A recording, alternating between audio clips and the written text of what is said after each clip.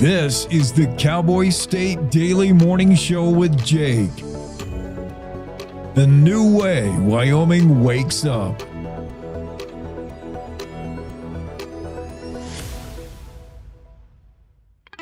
It's time to take a look at what's happening around Wyoming. From the Cowboy State Daily Newsroom, I'm Wendy Kaur. The ambitions of Wyoming's emerging nuclear industry collided with the concerns of citizens at a joint Minerals, Business, and Economic Development Interim Committee hearing Wednesday. Committee members discussed proposed legislation that could pave the way for manufacturers to build microreactors. The catch is the Nuclear Regulatory Commission requires manufacturers of microreactors to take back and store the spent fuel on site. Cowboy State Daily's David Madison reports that the clash of opinions on the topic at Wednesday's meeting included raised voices and gavel banging. We had testimony from a member of the Northern Arapaho community who blames her breast cancer on uranium contamination in her community. And then at the same time, you had professionals who'd come out from the Department of Energy who have the latest science, who have all the confidence in the world. I started covering this issue in the 1990s, and it was a lot of deja vu. That a lot has changed, but a lot has stayed the same over the last 30 years. And Wyoming is really at the center of it. Any decision on the legislation was tabled for now, and the issue will likely spill over into next year's legislative session. President Donald Trump on Wednesday nominated a state senator representing Laramie County to serve as the top federal prosecutor for Wyoming. The selection of State Senator Darren Smith of Cheyenne was lauded by Republicans statewide. Cowboy State Daily's Claire McFarland reports that as top federal prosecutor in the state, Smith would be responsible for prosecuting federal crimes statewide, including all crimes that happen within national parks and nearly all felony-level crimes that happen on the Wind River Indian Reservation. In his interview with me, he promised to be tough on violent crimes, tough on immigration-related crimes, tough on any chance to curb suspicious foreign adversary encroachment into Wyoming. I sought to pin him down on whether he will seek better policing transparency on the reservation than we currently have. It's dismal at best. And he said he will seek transparency without sabotaging investigations. Smith must get confirmed by the U.S. Senate before he officially becomes U.S. Attorney for Wyoming. A Laramie County fire chief and his wife made their first appearances Wednesday on charges that they allegedly imprisoned and starved their 13-year-old adopted son. Derek Middlestead and his wife Angela posted bond and were released from custody. Cowboy State Daily's Dale Killingbeck reports that the pair faces charges of aggravated child abuse and conspiracy to commit aggravated child abuse, with prosecutors alleging that they blocked the door of their now 13-year-old son's room and starved him from September 1st, 2023 to June 22nd, 2025. Their adopted 13-year-old son was left at a Douglas youth facility, had given a wrong name, and then when he was interviewed by a forensic interviewer in Casper, told them what his real name was. He weighed 50 pounds at the time he was dropped off. He's now in a Colorado hospital. The Human Resources Officer for Laramie County Fire District Number 1 said Derek Middlestead's status with the fire district was not something she could discuss. I'll be back with more news right after this. Looking for something truly unforgettable? Head to the Cody Night Rodeo, where real cowboy action comes alive every night beginning at 8. From bucking broncs to bull rides, it's America's original night rodeo right here in Cody, Wyoming. The rodeo capital of the world. It's family fun, wild rides, and true Western excitement under the lights. Cody is rodeo. Wildland firefighting crews may get some help fighting a pair of wildfires burning southeast of Tensleep on Wednesday and Thursday when expected thunderstorms sweep through Washakie County. Although the storms bring a danger of lightning sparking new fires, the cooler temperatures and rain will help the more than 200 firefighters battling the Tower 2 and V's fires. Firefighting agencies told Cowboy State Daily's Greg Johnson that those numbers have been growing since the fires were discovered Saturday. The tiny town is getting quite a bit of traffic from the command posts, the different fire departments. They're all kind of setting up there, and it's stretching the limits of the town to accommodate them all a little bit, but they're doing it. The largest of the fires is called the V's fire. They made a lot of progress on Wednesday, upping the containment of that fire from 20% to about 40%, but it's also not near any inhabited places. The Tower 2 fire has burned about 220 acres southeast of Tensleep, but is now 75% contained. So far, it's cost about about $160,000 to fight. And that's today's news. Get your free digital subscription to Wyoming's only statewide newspaper by clicking on the daily newsletter button at cowboystatedaily.com. I'm Wendy Core for Cowboy State Daily. Love is a lesson that doesn't end. It knows no conditions, so you better buckle in. Love keeps you on your toes. It never stops, only grows. Love isn't easy. It's a commitment, especially when they're being their most resistant. Love is being prepared for the journey ahead. Love doesn't let any concerns go unsaid. Love is finding the right seat so you can take a breath. But remember, love isn't lax. It always double checks. Check that your kids are in the right seat at nhtsa.gov/the right seat. Love protects.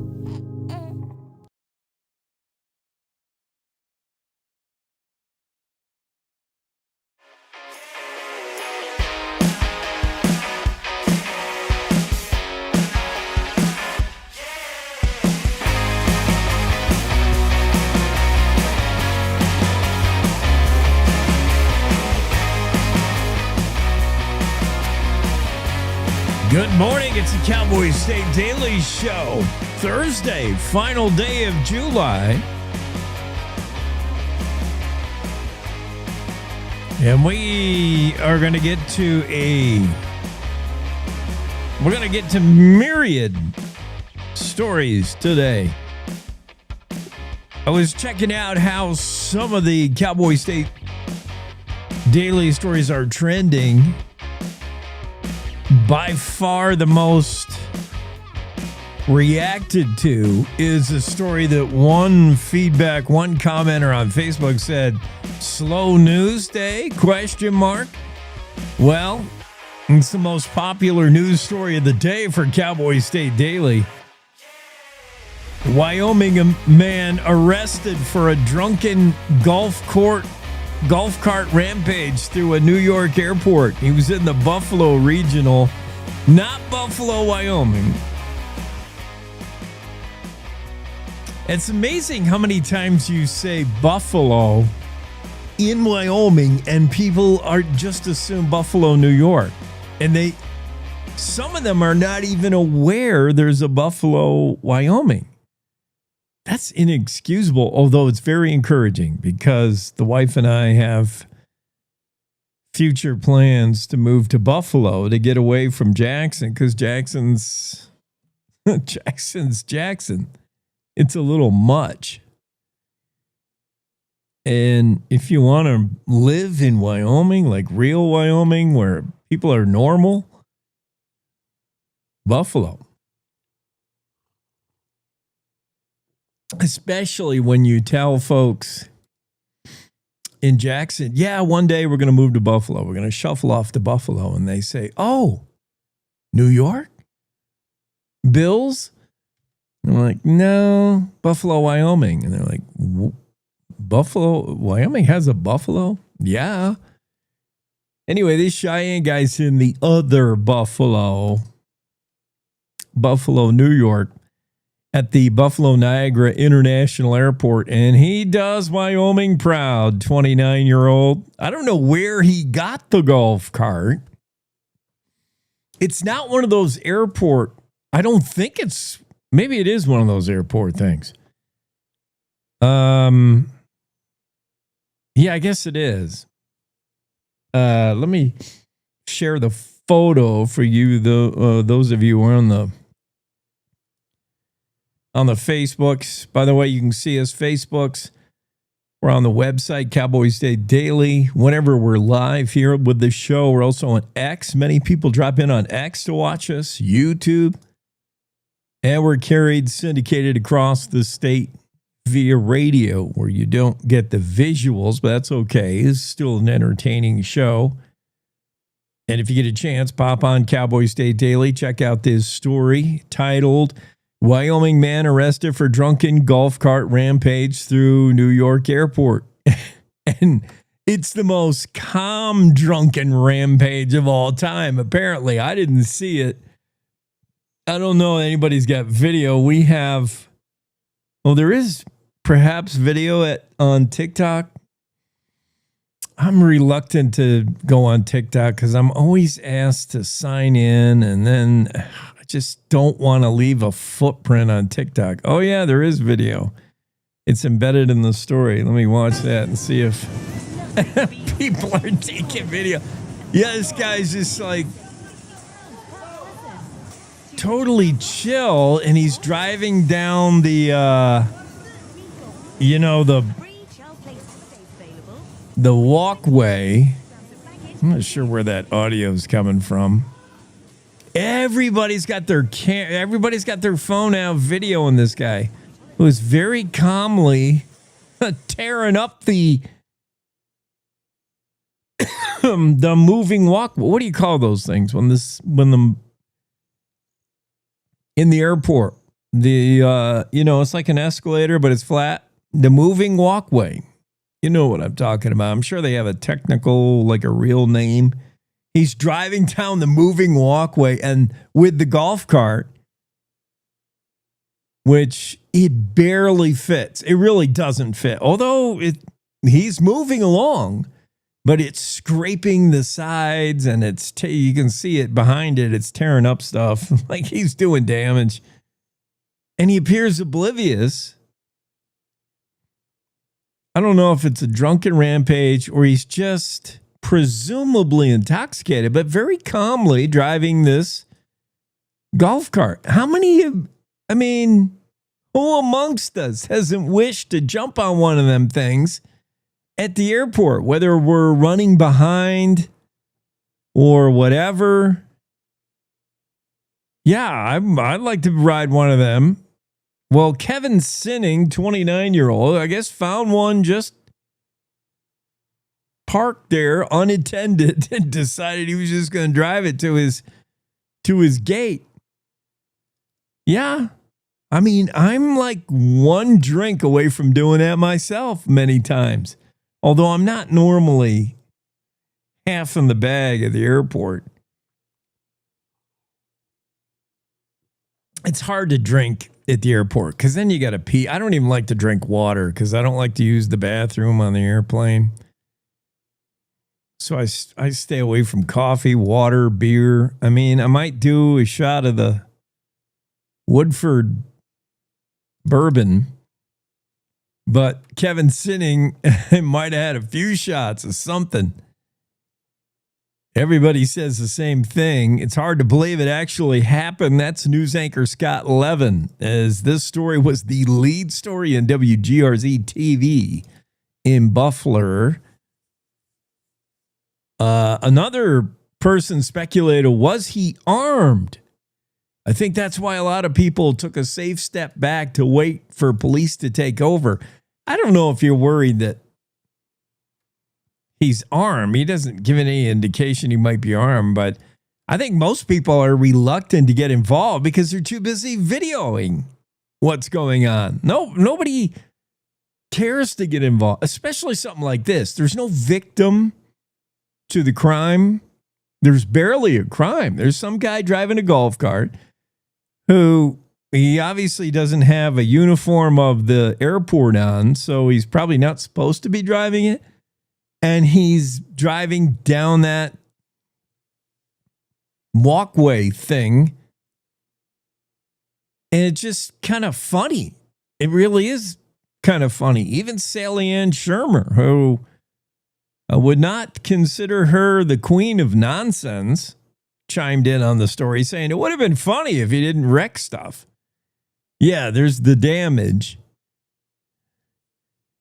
But I don't see people scared he's armed. Everyone in this video I'm watching, everyone has their phone out videoing it. They're in on the gag, or they're sharing the gag. They think it's all fun and games. I don't see anybody fearing that he's armed.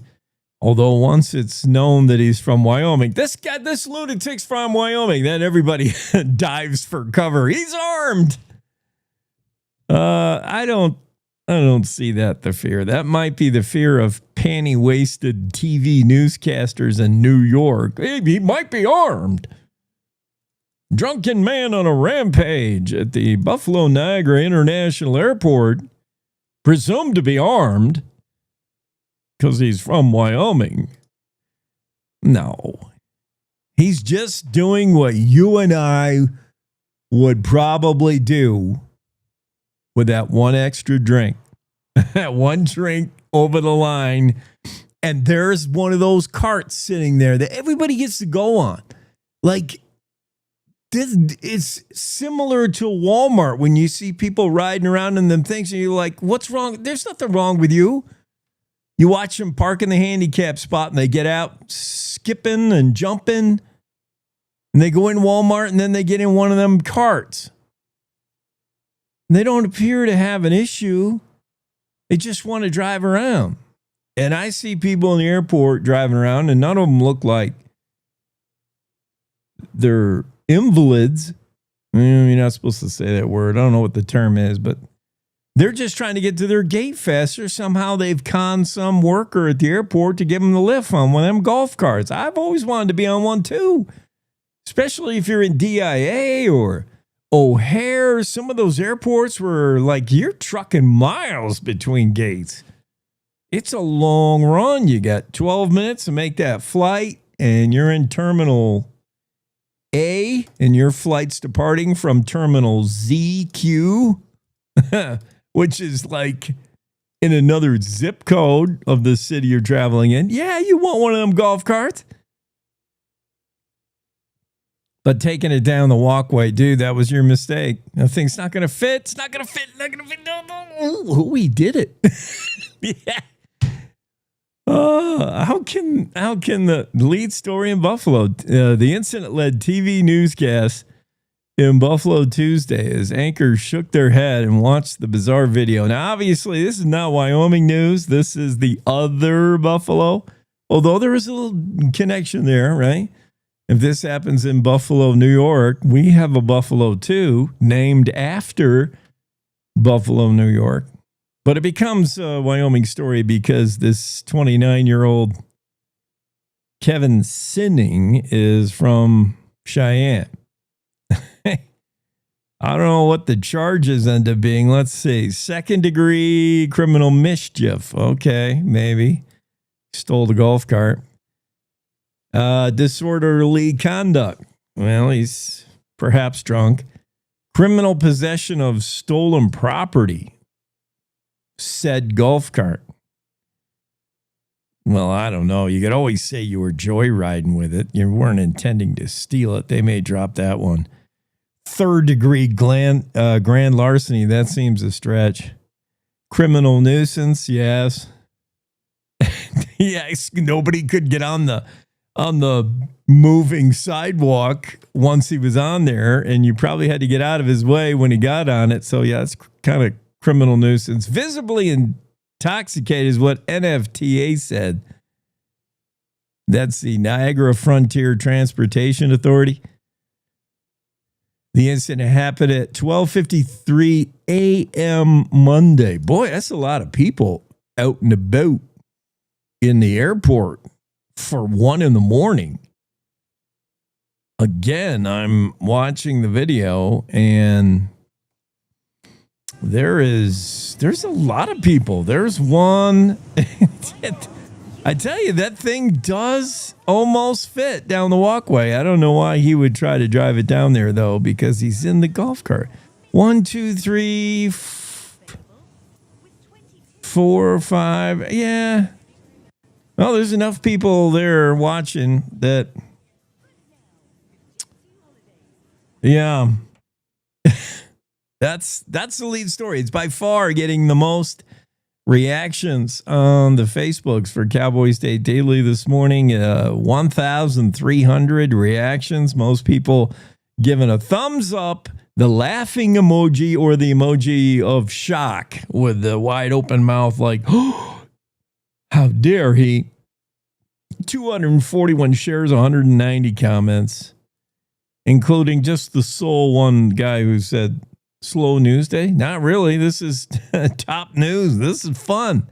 This kind of news I could deal with. Not the stuff where you got a man accused of molesting schoolgirls, 5th grade teacher. That's disgusting. You want us to lead with that one? No.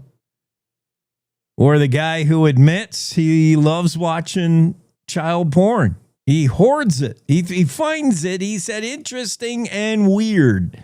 Yeah, you're weird, dude. You're also under arrest.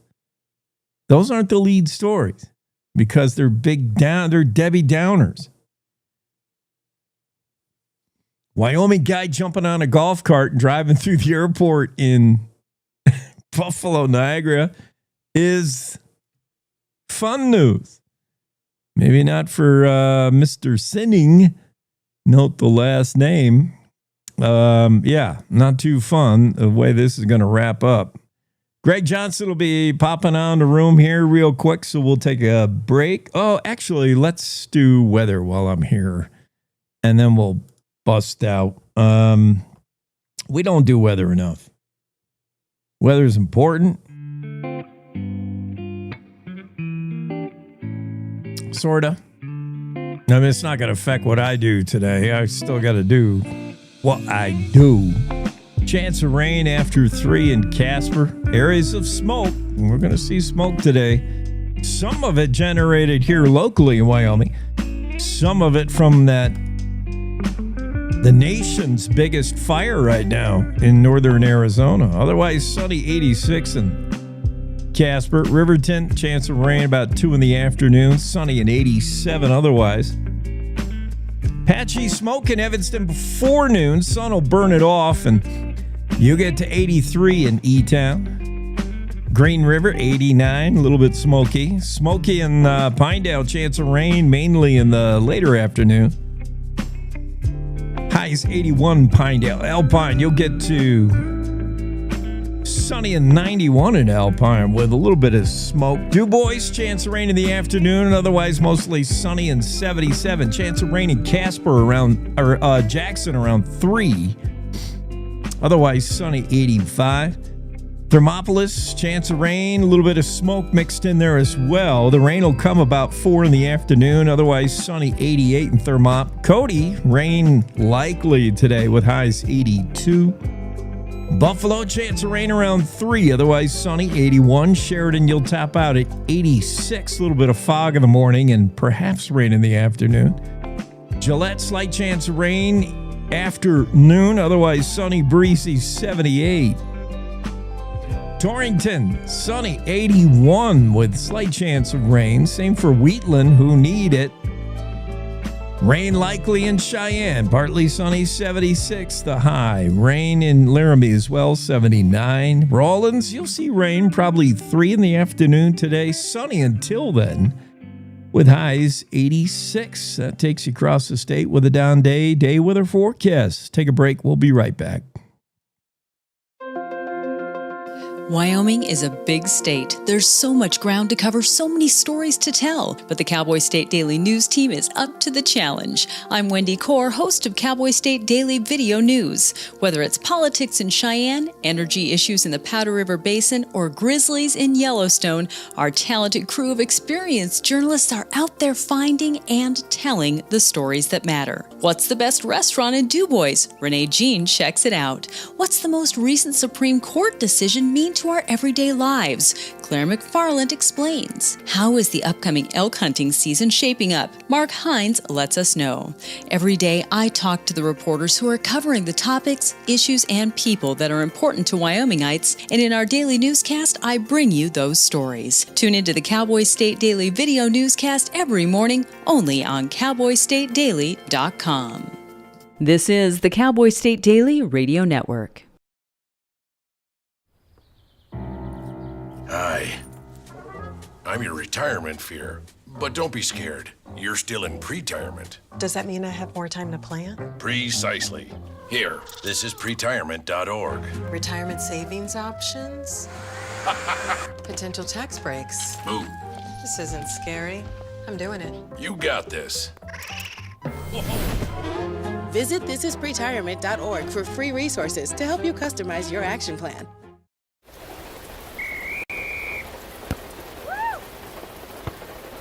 Come on! Go, Diane! Yeah, keep it going! Yeah! Go, honey! If you love them enough to drive an hour to cheer them on as they get beat 11-0 in the rain, then surely you'll check nhtsa.gov/the-right seat to make sure they're correctly buckled in the back seat. Throw that ball, Diane! Woo! You got this! So as a technical sergeant, E6. I served in Vietnam in 1969. I am a U.S. Army veteran. Have you ever helped a fellow veteran? Of course. Yes. Try to always be there for each other. I do my best reaching out to my brothers and sisters in arms. Have you ever asked for help yourself? It's always tough, right?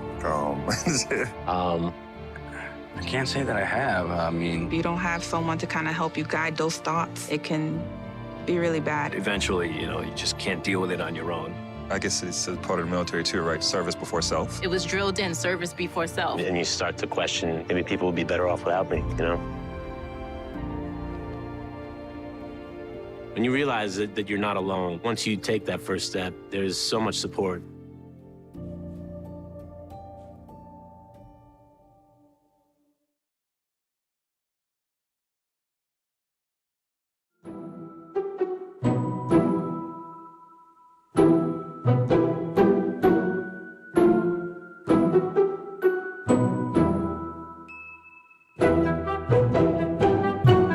Cowboy State Daily Show with Jake. Greg Johnson's here to start the morning. The cat very likely is going to have to be kicked out. He's got the zoomies. He's crying. Does your cat meow a lot, Greg?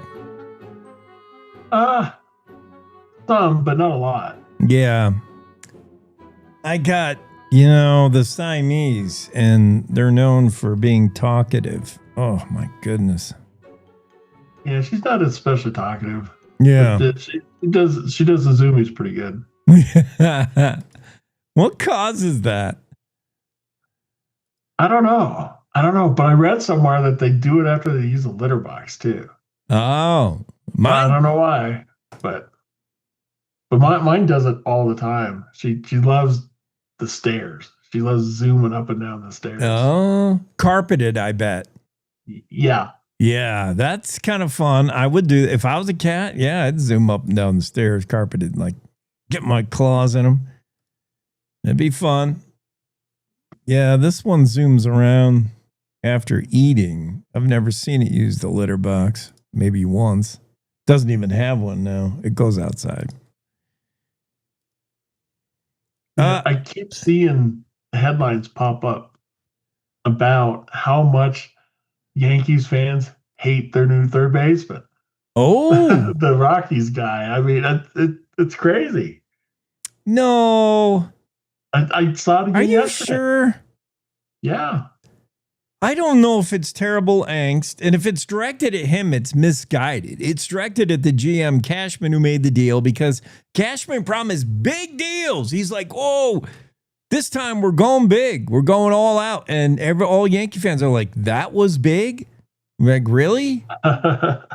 So it's frustration over, like, that's not the big name guy, but he got a game-winning RBI last night. What does it do to the guy, though? To see that they got you, like, oh, it's him? Yeah, him? Not him. I know. That's kind of ego deflating. No, I don't. Like thinking you're going to, the Ozzy concert and Coldplay takes the stage. Oh, like, oh, yeah. Him? I don't know. You're right. It is kind of unfair because and reciprocal Rockies fans are like, man, the only guy who had any talent, of course, they get rid of him again. We're never going to get better. Yeah. Yeah, you hear about trades that are win-win for both teams. This was lose-lose. Colorado hated it. They lost their only decent guy. And the Yankees were promised, big name guys that are going to get us in the postseason, and we get him. It's a lose-lose trade. The general consensus in the Bronx is rearranging chairs on the deck of the Titanic. Like, what? These moves are not doing anything. These are not big name marquee guys. It was him and some other dude we picked up from, I don't even know where. Yeah. But it is. Yeah, it's well, you guys have won a couple games. Yeah, and gained a little bit of ground on Toronto, who have come back to earth, the Blue Jays. Baltimore's been beating up on them. MLB, it's the baseball trade deadline, and this is it. If you're going to make moves, you got to do them now. Everybody's watching the headlines. Is our team going to get better or worse? We're all watching. I want to get this flamethrower out of Oakland. I thought you were talking for a second. I'm like, you want to get a flamethrower? This kid That's throws cool. 104 miles an hour. He's like a hard thrower, Mason out of the Athletics. Everybody wants him. The Mets have been rumored after him. Dodgers, everybody. Phillies, probably the front runner. What's changed that pitchers now are hitting 100 kind of regularly? Yeah. Where, 30 years ago, 90 was considered fast. Yeah. They're just bigger, stronger, taller, physical specimens. Although many people say they don't know how to pitch. When they throw that hard, that's all they know how to do. That's all they do, yeah. They can't locate it. They have no secondary and third pitches. They don't pitch smart. They just whip it and say, go ahead, try to hit it. Yeah. That's true. 104. I don't care if he doesn't have another pitch. He doesn't need one. Not too many guys. That's true. If you can pitch so fast, nobody can hit it. Yeah, you're not barreling up 104 very often. I don't care who you are. But that can't be good for your arm to have to unload like that on every throw. No, I think it's not, which is why you'll see teams look for big kids who throw that hard because their frame, they can take it. If you got a smaller guy who throws 102, 103, he's probably burning his arm out. Like, that's beyond what his body can handle. But it was sound mechanics. Guys are throwing over 100 miles an hour now with regularity. And Mason's been doing it a little while. I want this kid. He throws hard. I'd be afraid to stand in there. Yeah. Yeah, especially if they have trouble with location. Yeah. I mean, that'd be like stepping in against Vaughn in Major League, right? Yeah. Who's, semi-wild. There's an old story in the day, Greg, maybe you know it. I can't remember if it was Bob Gibson. I think it was somebody newer, like Nolan Ryan, somebody who threw notoriously hard. And the batter never swung. He saw 3 pitches, all called strikes, and the batter all the way was kind of arguing, like, what? And then finally on the third called strike, the batter shook his head. He's like, you're crazy. And the umpire said, what? Was it you thought it was a ball? And he said it sounded like a ball. He admitted he didn't even see the pitches. He's like, well, it sounded low. But he didn't see them because they were so fast. We need one of those guys. Oh, yeah. I was talking earlier about the Cheyenne man who was driving through the airport in Buffalo. Top engaging story on Facebook. You got 1,300 have made impressions, shared 241 times. Doing Wyoming proud is Mr. Sinning.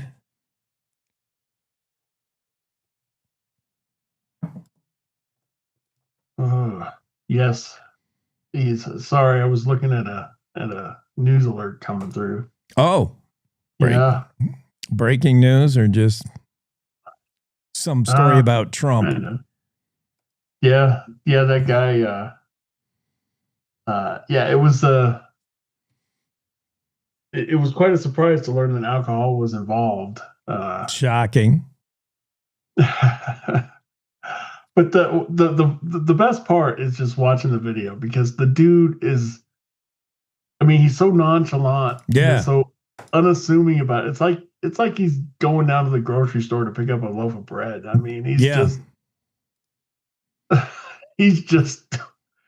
doing it. I don't want to date myself for our older listeners, though. It reminds me of a Mr. Magoo cartoon. When Mr. Magoo, he was half blind, he couldn't see. He'd be in precarious situations, just driving along or something. You know, he'd be on the girder of a high rise. And yeah, this guy has little awareness of what's going on. He's just driving, just trying to get to his gate if he can remember which one it is. But, have you not been tempted to jump on one of them things at the airport? Well, I've been on the walkway, but not on a golf cart. Yeah, I want to get on the golf cart. The walkways are sometimes slower. Maybe, but you don't just take it. Well, I'm telling you, I'm one drink away from taking one. But if you take one, I mean, you walk on the walkway, the moving walkway, because it's faster. Yeah. So if you drive on it, it's even faster, right? I mean, it's logical. That's got to be his thinking. He's probably got that thing mashed. He's got his foot in the pan, as they used to say, and it's doing 8 miles an hour, and he's thinking, this ain't fast enough, and he gets on the walkway, figuring he'll double that. It wasn't quite wide enough to I mean, it was going wide enough to take it. It fit. He got it in there, but yeah, he was tearing stuff up. I don't know. I've always wanted to be on one of them, to just jump on. I see one going by and it's going the way I'm going, and we've talked about this. I'm in gate A and I got to get to gate ZQ, which is in another zip code. I would love to jump on one of them. And if one's sitting there empty, yeah, it's tempting the keys in it, just fire it up. But I don't know I would take it down the walkway. That was his mistake. Yeah. I mean, you can get a DUI for that, right? That wasn't one of the charges. No, but yes, right? if you were, yes, including, I guess, on your lawnmower, your rider mower, you can't drive drunk. But yeah, he's hit with a whole bunch of stuff. None of it included the DUI. None of it included drunk at all. He got disorderly conduct, and for stealing, third-degree grand larceny, which, I mean, any good lawyer will get him out of that. He's not looking to keep the car. He's just joyriding. Criminal nuisance, yes. It's a nuisance taking one of them things down the walkway. Have you ever, sometimes the walkway's not the fastest. There's too many people on it and too many people who think it's a carnival ride. They're just standing there. No. That is a big airport faux pas, is it not? Oh, yeah. Yeah. If you're on the walkway, you're playing the hustle game. We're late for a flight. Let's go. I think it's okay to stand, but it's like the road rules. You stand to the right. Yeah. Make sure that there's room if someone wants to walk on the left. Yeah. Well, I don't even like them standing. I look at them with a look. It's fine. I mean, if you say you have a back problem or something, you can't walk a whole lot, it's okay to stand on then get on the golf cart. That what the golf cart is for if you can't move around good. I don't know. All right, I get it, but I give him a look like, well, your leg's broke? This is not a ride. This is... That's all right. You get a look too. Stop looking at me, you Wyoming Western hick. There, one TV newscaster in Buffalo said maybe people didn't intervene because they thought he had a gun. I don't get that impression. I looked at the video. People didn't intervene because they're too busy videoing it with their phone. Yeah, everybody had their cameras out. They thought it was fun. Nobody seemed concerned about it. They were just watching the dude. Similar to the brawl in Cincinnati where the cops, Cincinnati chief of police was frustrated. He said, I had 100 videos of this brawl in downtown Cincinnati and one 911 call. One. That's how we live today. That's society. That's right. That's right. And that one person who called 911, now they're kicking themselves because, man, I didn't get video. I'm the only one who doesn't have video. Or they're a really good multitasker and they were videoing and they think, well, as long as the phone's in my hand, I might as well call authorities. I don't know. Any other stories? Hey, we're going to talk to Radiant today. I mean, Radiant Nuclear. We're going to talk to their chief nuclear person. She's super smart. MIT graduate. Like, whoa. Rita is going to check in, and I'm going to find out about Radiant. Radiant's not what I thought it was. What this proposal going to bar none, I thought it was just a small version of like Terra Power. I thought it was an actual power plant, nuclear power plant. They're just going to manufacture basically generators, except they don't use diesel or gas. They're nuclear. Like these are very small. They're going to manufacture these. They're like the size of a semi. Yeah, even small. Like, yeah, I want to learn more about it. She's going to tell me more. I know. I'm going to get informed. I talked to the Bar None mayor yesterday. Yeah. Well, but the trick is they have to take the customers have to take the nuclear. They call it spent fuel. It's waste. Yes. Because you have to get rid of it. It's like KFC doesn't want to say the word fried anymore. It's still fried chicken. They just don't want to say fried. Really? Yeah, they're officially, it's KFC. It's not Kentucky Fried Chicken. They officially changed it years ago that the name of their place is just KFC. Huh. Because I thought the word fried sounded too unhealthy. Is that similar to like TCU wants to be TCU? They don't want people to know Christians in their name. Yeah, That's it is. Weird. I mean, it still stands for that. That's what it is.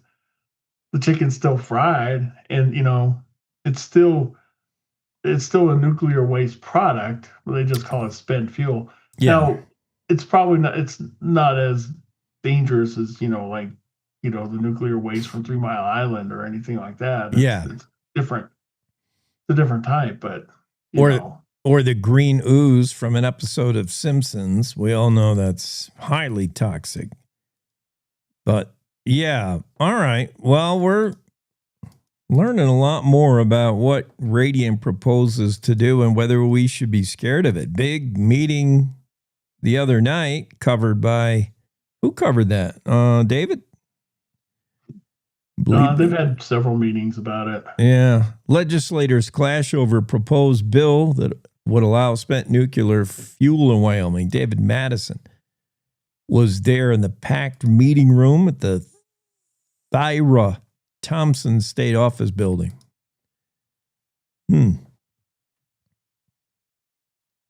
What else happening in the news, Greg? What do you see? Just a lot of stuff. A lot of people not being nice to each other. Yeah. The fire chief and his wife, they got turned in, or they got arrested and are out on bond. Pretty low bail. Fires burning near 10 Sleep. Yeah. That's creating some localized smoke. We're seeing smoke in the weather forecast. A lot of it's at Dragon Bravo fire in northern Arizona, but some of it now locally generated by these fires that are not huge, but if you're in that area, the V's fire, that's certainly throwing up some. 5,000 acres. Tower 2 is only a few hundred, but still, if you're in that area of 10 Sleep, you're feeling it, smelling it, seeing it. Yeah, you're not really threatened by it. It's a little ways away, but you can see it, and They have, the fire trucks and stuff are set, the commands and stuff, they're kind of setting up there in town. So that they're small towns, so that kind of, I'm sure they notice all the extra people. Yeah. 'Tis the season as we finish up July here today, as we move into August.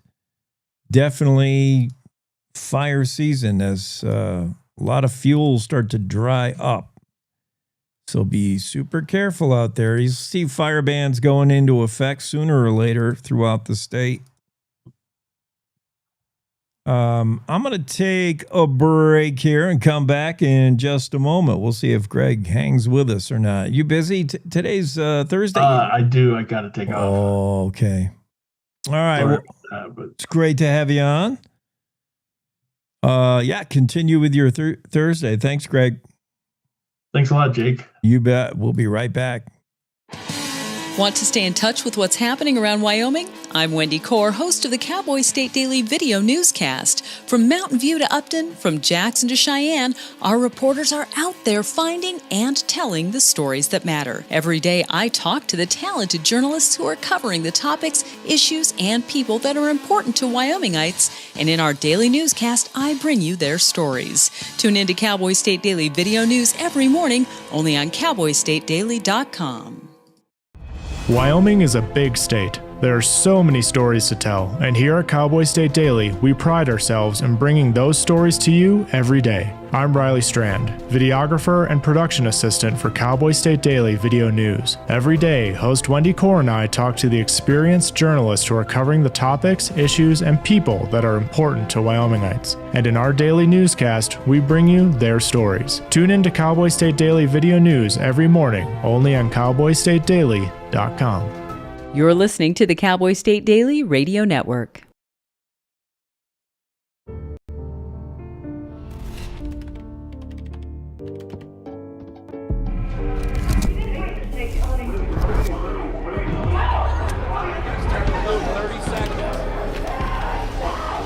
I'm an ex-drug dealer, and I'll be your sub today. Can you see anything different as a pill? No. You don't know? Fentanyl is being mixed into everything now. There's only one thing that will save somebody's life. That is naloxone nasal spray. Fentanyl, it's cheap, it's potent, and it's profitable. Why would drug dealers put a lethal dose of fentanyl in drugs if they know it's so harmful? Really just all about the money. I just didn't realize that one pill could change your whole life. More kitchen now.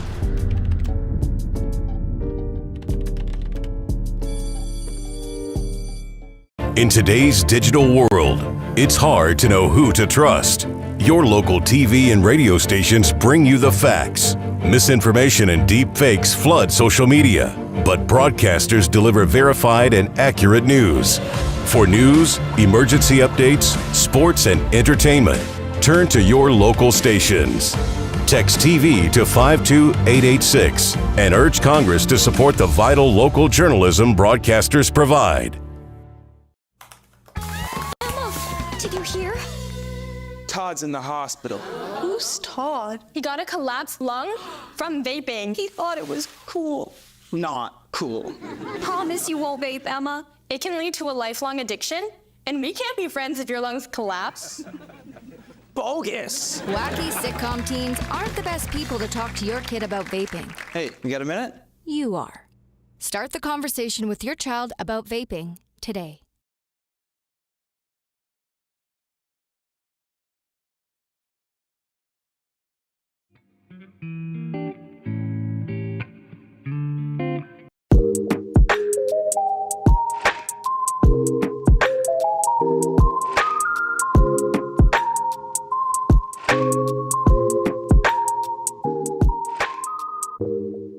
Cowboy State Daily Show with Jake. I can't find the story I was looking for.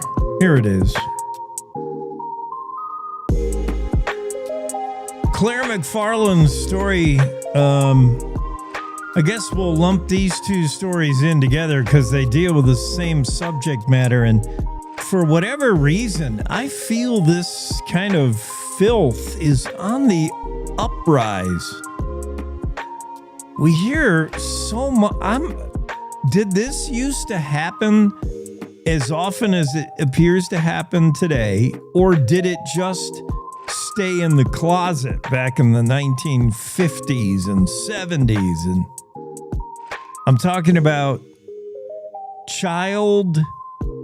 inappropriate relationships, inappropriate feelings towards minors, whether it's teachers or adults in an authority position taking advantage of kids by touching them inappropriately or having just full-out relationships with them, or whether it's pervy old white guys that traffic in photos and videos of minors. 2 more of those stories today. There seems to be 1 a week on average in the Cowboy State Daily about a Wyoming person that has wrong, misguided thoughts towards kids. And it's one of the worst. I mean, you just reading the stories and hearing about them makes you want to have to take a shower. It's disgusting. And it's one of the worst crimes because it does damage to a human being that they'll never. Someone has to be a grounded, strong person to be able to get past an experience like that, where your 5th grade teacher was putting his hands under your dress. I don't know how you overcome that. You block it out and forget about it, maybe. But the damage done cannot be put back. It's right up there with murder. You can't bring back a murder victim. And very often you can't undo the damage you're doing as some sick pervo. Allegedly. This is all accused here. This is all alleged. Everybody's innocent until proven guilty. Brian Rell, I'm not sure how you say his last name. WRHEL, 55-year-old. Teaching 5th grade at Laramie County School District number 1 in Cheyenne. I don't know how long he was a teacher there, but in the past year, his behavior towards kids got funkier and funkier. He's now charged with 16 sex crimes, all felonies. 7 of those third-degree sexual abuse of a minor. Here's how it came to be. Multiple potential victims, and all girls, 5th grade. Many of the girls reported saying they didn't know if this was appropriate or not. One girl said, "I've never had a boy teacher," she said, referring to the 55-year-old man. All her teachers had been women. She said, "I never had a boy teacher, so I didn't know whether this was normal." Normal being the teacher would often have a student come to his desk. Here's one indication. The teacher, allegedly, I just keep saying that. The teacher had a desk in the back of the classroom. That does not sound like a good thing to me. The teacher should sit up front where we can all see. The teacher had a desk in the back of the classroom and would call kids, or kids would come back to meet with the teacher if they had trouble with something, if they had a question, whatever.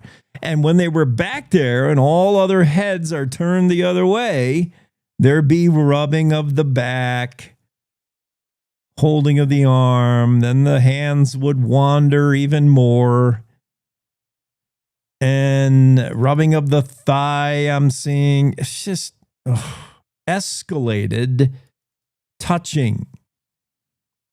And none of the girls came forward. It was finally the para of the teacher assigned to this teacher, the paraprofessional. The para said, there was too much touching. She noticed it earlier in the school year. She said the teacher was a little more touchy with the girls than he should have been. Yeah. She said it would start with he'd touch the back of the girls' arms. He'd rub their backs for long periods of time. That is never appropriate. I mean, it's tough. It's a fine line between some younger kids, kindergarten, first grade, second grade. You want to give them a hug, whatever. Some kids are more huggy, touchy than others, but fifth grade girls and a 55-year-old male teacher, there should not be really any contact. You should go out of your way to never initiate a touch with a girl. Rubbing the back for a long period of time, yeah, that's not good. The para then noticed that the touching escalated. Finally, the para came forward and said, you got to do something about this guy. Told the principal, and that's when all the trouble started. But, unfortunately, many of the girls said they just didn't know. They felt weird. Yeah, I mean, these are fifth grade girls, so how old are you? I don't know, 12? I'm really bad with that. Let's see. I guess you're like 12, 11 maybe, 13, somewhere in there. And they just didn't know. They said they felt queasy. They felt weird about it. Didn't feel right, but they didn't know because one of them said, I've never had a boy teacher. I don't know what we got to do better. I don't know if that's a parent thing or maybe that's just how it is that young ladies are just not sure. But young ladies should feel more empowered and more confident, in my opinion, to say, that is not right. That makes me feel weird. That makes me feel uncomfortable. You need to stop that. The 12-year-old girl that's able to do that, hallelujah. Because they're the ones that should be coming forward. This is awful. So, yeah, all alleged situations. Brian Rell, 55-year-old, still in lockup, as far as I understand in the story from Claire McFarland. And it sort of dovetails with yet another story that'll give you the heebie-jeebies. Cheyenne man tells investigators he, quote, hoards child porn on his phone, collects it, finds it, quote, interesting and weird. He said he's never acted on any of these things, but he has collected photographs, videos. He's shared photographs and videos. Alfred Najira, facing 5 counts of sexual exploitation of a child, possessing child pornography, etc., etc. The possession occurrences dated March 15 and 16 when a whole bunch of stuff was found on his phone that was not right, including a laundry list of details I'm not going to go into, but 10, 11-year-old, 12-year-old girls. And he gets his stuff on a network called Kik, K-I-K. Whatever network that is, I think Trump's got to shut it down. Maybe a great majority of the traffic on Kik is legitimate, but if this stuff is being distributed, and here's where it really went over the line, is this guy got his kicks, excuse the pun, K-I-K, got his kicks by catfishing, which is deceiving other users. He pretended to be a 16-year-old girl to get other girls of that age or younger to share stuff. If this can take place on Kick, Kick's got to be shut down. That's it. Yeah, I hate to end on that light note, but unfortunately, these things happen in Wyoming, and they got to stop. Cowboy State Daily Radio Network will be back with more, something positive and uplifting, like a dude driving a golf cart through an airport. We'll go back to that if we have to. We'll be back after top of the hour news.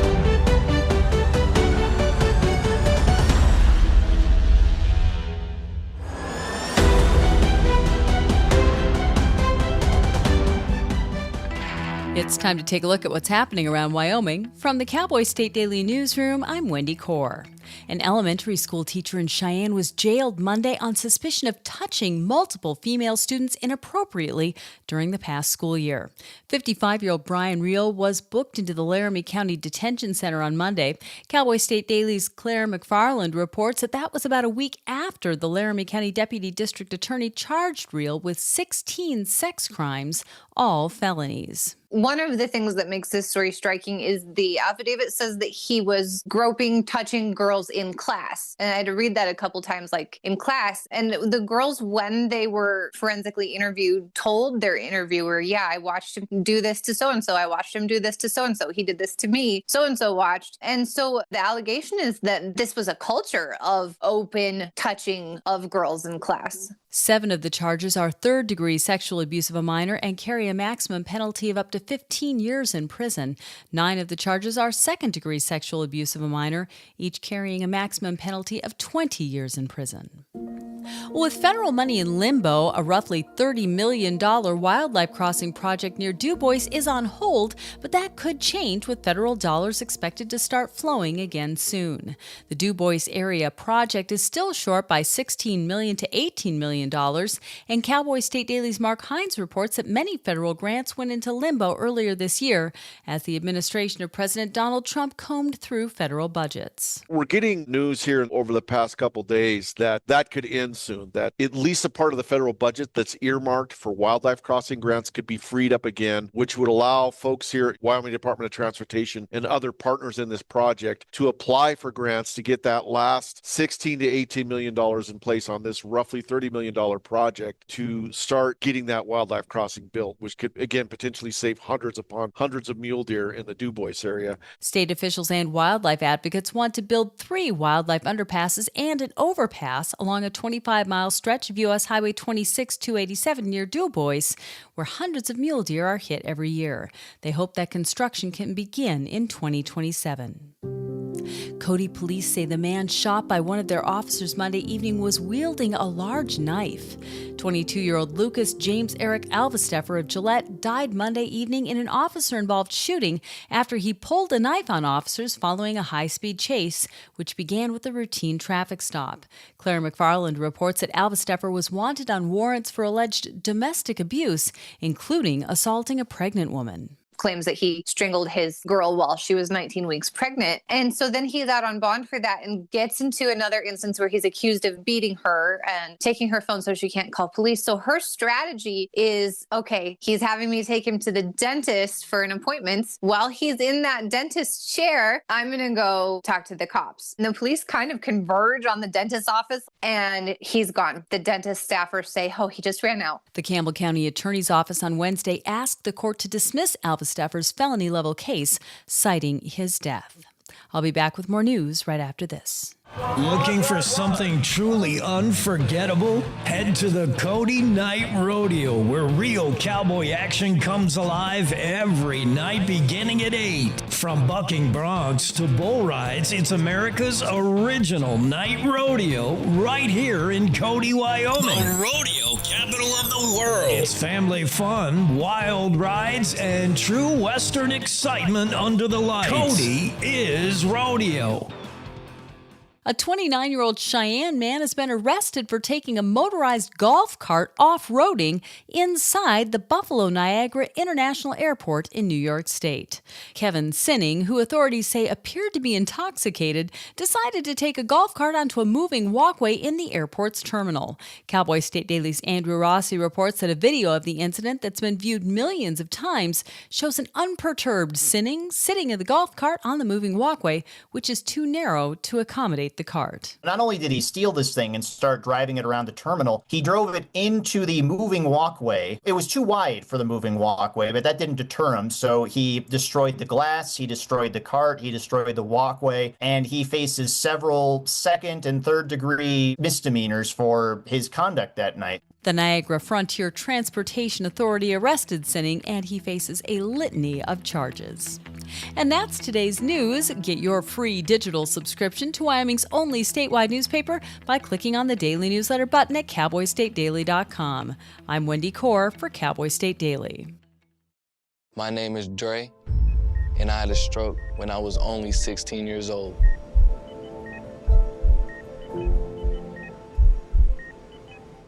It was a normal Saturday. He played 2 games back-to-back. During the games, something was off. He said his arm felt heavy. By 1 a.m., he was in emergency brain surgery because he was having a stroke. I didn't want to, but I felt like I was just giving up. That's when I found American Heart Association. They saved me that night. I don't know if Dre would be here today if it wasn't for the work that the American Heart Association has done. The American Heart Association supports life-saving research that leads to medical breakthroughs. We are fighting to help prevent death from heart disease and stroke, educating people on prevention and early detection, and working every day to find treatments and cures so you and your loved ones can live happier, healthier lives. To learn more, go to heart.org today.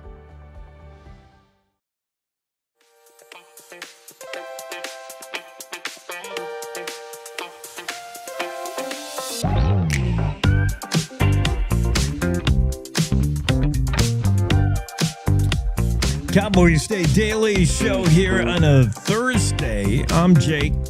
You, I hope, know who you are, and thanks for being here. Great to have you along. Jackie Dorothy will be on here shortly. Don Day with the day weather forecast. We'll ask him some weather stuff and maybe, I don't know, some oddball questions. That Cody kid that was shot and killed, I know prior to more details coming out, I saw a lot of people making comments on both the Cody Police Department's social medias and on the Cowboy State Daily social medias and coverage of this incident. And there was a significant amount of people still now who keep insisting, hey, wait till all the facts are in. This is a good kid, and he was killed by police for no reason. You know, stuff like this. I'm just paraphrasing a lot of the comments that I see on this story. Like, let's learn some more facts. Let's see the body cam. Why did they have to shoot him? He didn't have a weapon. This is before we knew he had a knife.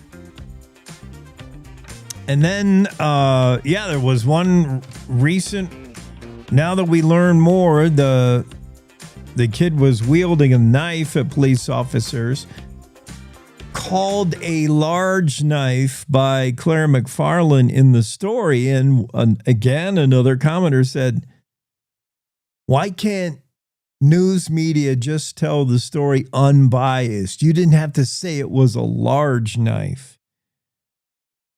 I think the police report said a significantly sized knife.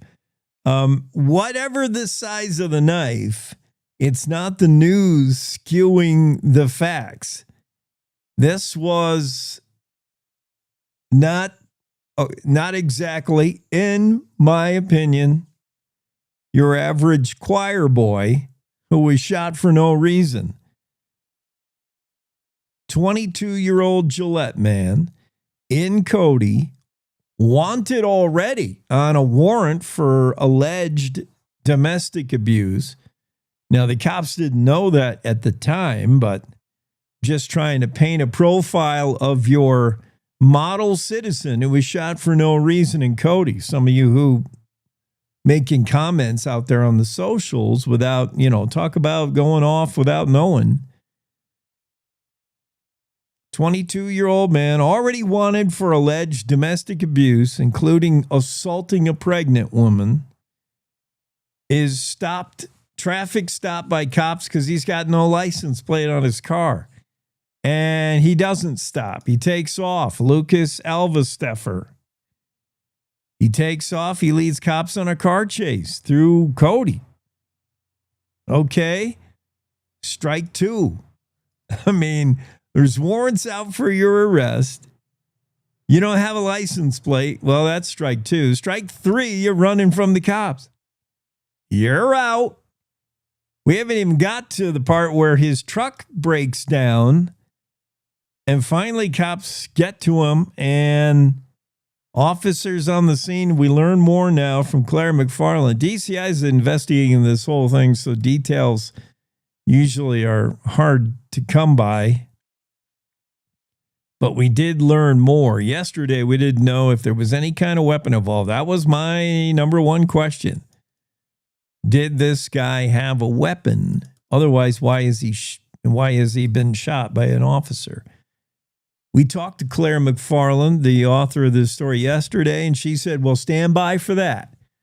So she knew something was coming. The officer, quote, we learned, upon not observing any visible weapons, officers opened the passenger side door in an attempt to make contact after this kid was running from him. Truck breaks down. Despite continued commands, Elvesteffer remained non-compliant. In other words, step out of the truck. No. In other words, put your hands where I can see him. No. An officer reached inside the vehicle to try to assist Elvesteffer out, and Elvesteffer produced, according to the police report, a knife in an aggressive manner. Okay, strike 4. Elvesteffer got out of the vehicle, the report says, and advanced toward officers. That's when Cody Police Department officer discharged his weapon, striking Elvesteffer. Elvesteffer succumbed to injuries on scene. No officers were injured. Elvesteffer had 2 active warrants for his arrest out of Campbell County. One is for 2 counts of domestic battery. The other for a bench warrant revoking his $50,000 cash bond. So in other words, he was only out. The only reason he's even out loose is because he dodged a hearing. Out on $50K bond. I don't know how he made that. And and leading cops on a chase and then coming at him with a knife. Like, what more do you want? You folks that are saying, well, we don't know. He's a good guy. You don't know him. I heard someone actually, read someone actually say that. Oh, he's a good guy. He's just going through some things. Yeah. Oh, I guess so.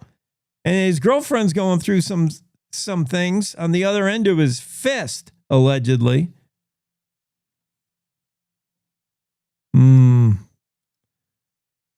She had facial bruising on her jaw, clavicle, neck, lips. So he allegedly worked her over, his pregnant girlfriend. After he confessed to cheating on her, she got mad, predictably upset.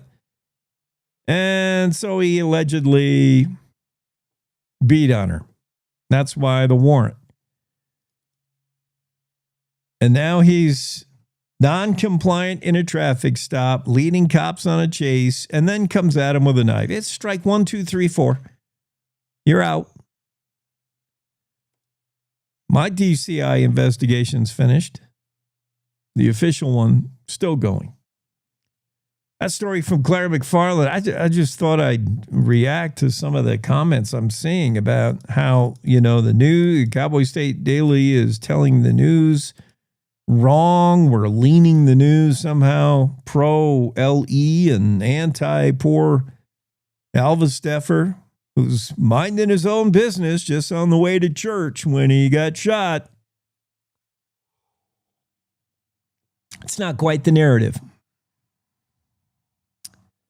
What else is going on? Do I have time to move to something else before Don? Yeah, I do. Mark Hines talking about this wildlife crossings. I hope we can get these built. This is a problem area where they're proposed to go in. So many mule deer, for instance. Migratory patterns. It's the least we can do for wildlife. I mean, what we all should be doing is driving more carefully, but we don't. I do. You all don't. Certainly people from out of state who don't understand driving in the West, they don't.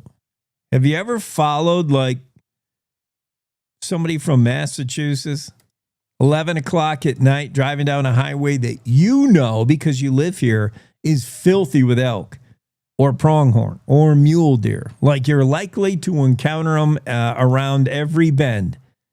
And this dude in the pitch black is tooling along at 70 miles an hour in a 55. No care in the world. And people not from the West are not used to looking for wildlife. They don't expect anything to be on the road. Nothing's ever on the road in Massachusetts except another car. There's never a horse or a moose or a mule deer. Things aren't on the road, so you can go as fast as you want. They don't think to look off to the side of the road. Never. They're barely half attentive, rocking along at 60, 70 miles an hour. No chance they can stop if they encounter something on the road. That's how most out-of-staters drive here. So how are you ever going to educate all of them? You can't. So these wildlife crossings at least give wildlife a break. They're going to cross the highway at certain places, and we all kind of know where they are, these bottlenecks where migratory patterns happen. This planned $30 million crossing near DuBois, certainly heavily trafficked by mule deer. It's been hung up on a lack of federal money.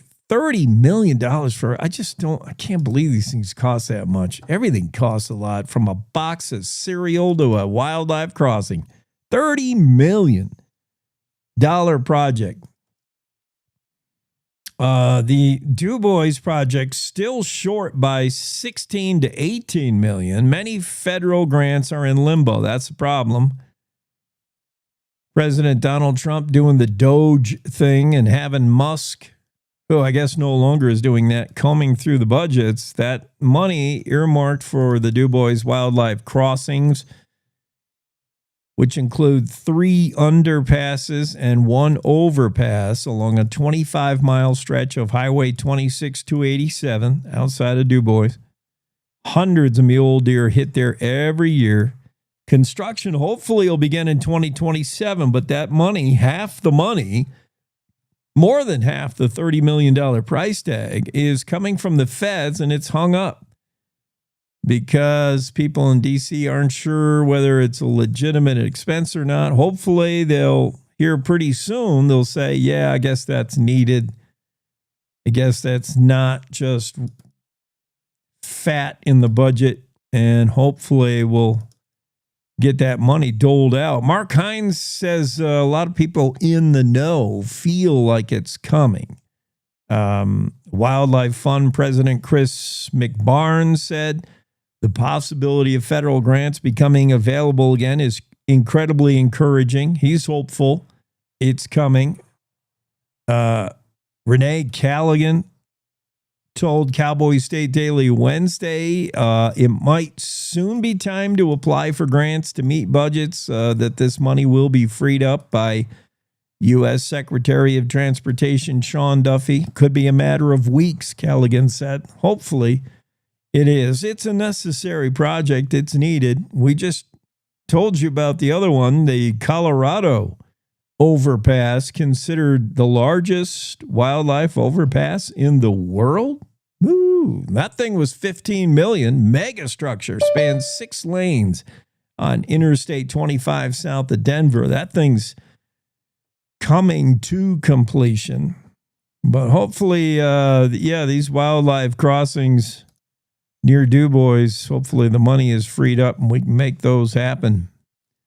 Let's ask Don Day. Don Day's a Wyoming dude about his driving habits and whether he feels we can ever solve this problem of too many wildlife victims of accidents. Don, you're probably a cautious driver at night. You're aware of where wildlife are likely to be, or at least the idea that they can be out there somewhere. So, we reduce speed at night and we scan the side of the highway, right? We're looking for where we expect to find wildlife, whereas your average out-of-stater from Massachusetts, he has no awareness that there could be a moose standing in the highway. Yeah, it's tricky and it's dangerous, and I think everybody who drives, even on the interstates, and they think, oh, they'll stay away from the interstates. But there was one time I was between Buffalo and KC on Interstate 25, and it was like a zoo.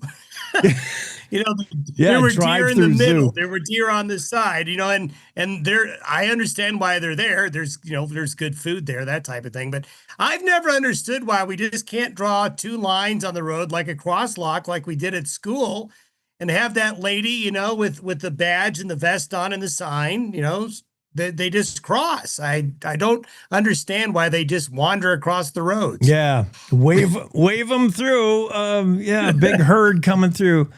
I know, and especially, oh my goodness, wildlife tend to be more active at night. They don't like to, they're sleeping in the day. It's too hot. So it's just a recipe for disaster, and there's just too many clueless people that either are that's how they drive. We've seen people drive like with only 20% of attention of what they're doing. And then people from out of state who they don't understand. They don't expect to see anything on the road except for other cars. It's a surprise to them.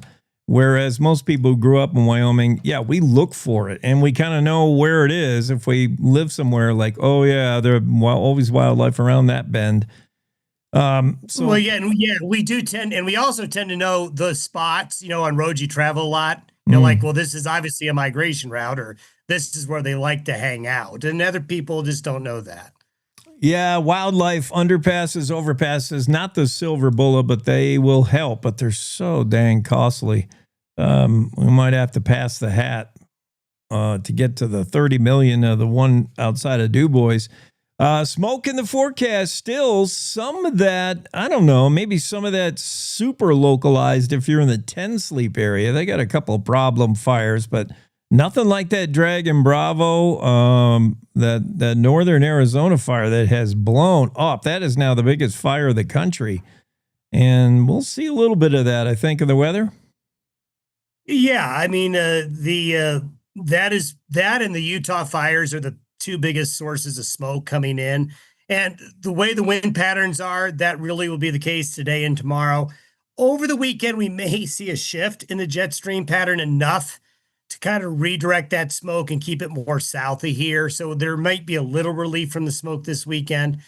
The highlight today, though, is again, another moist atmosphere. So the chances of showers and thunderstorms very high again in the central and the east. We've got some risk of severe weather. We've had 2 days in a row of heavy thunderstorms in those areas. I've been getting hail photos in from different parts of the state. So while far western Wyoming's kind of on the edge, the rest of the state's going to have active thunderstorms today and Friday. I heard some boomers in the mountains here in Jackson Hole yesterday and big, dark, black, blue clouds. Yeah, for sure. Let me throw this out here just to see if you can answer correctly. I don't know the correct answer. At what altitude is the jet stream right now going over Wyoming? Is winds aloft are at what, 20,000 feet? 10?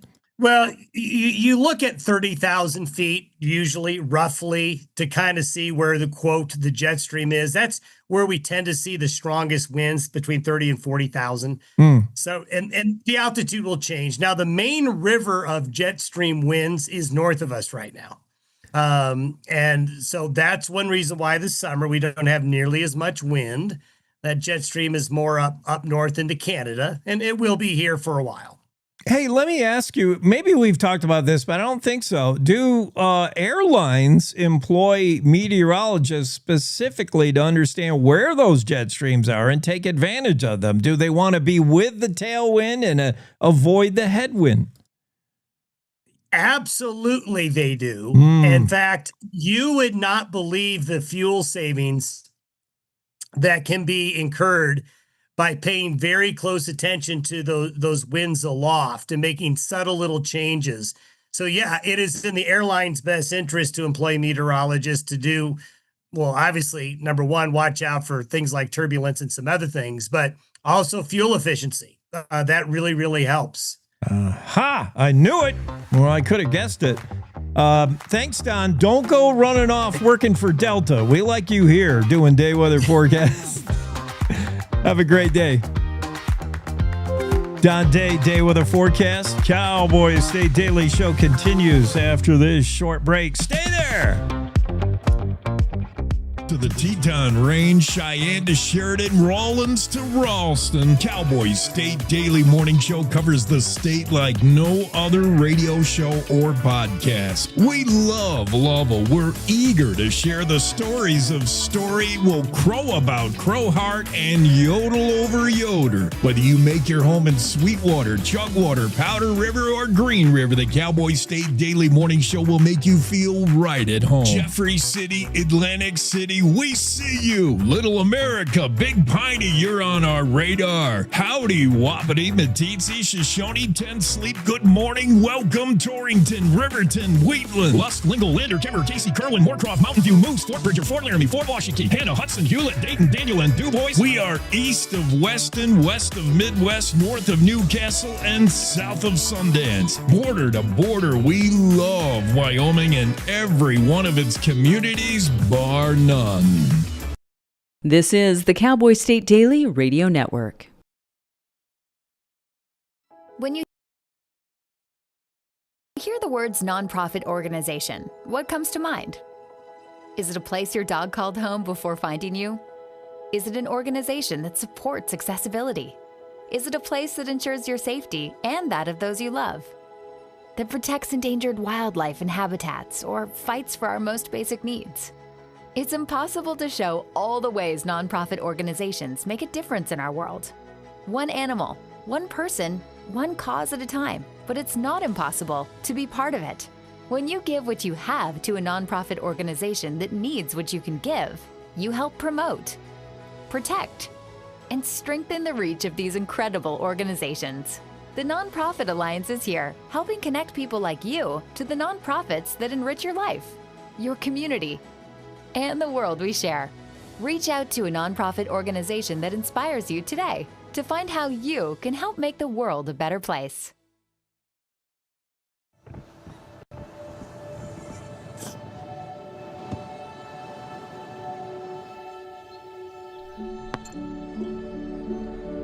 Go to that. I don't remember how it started.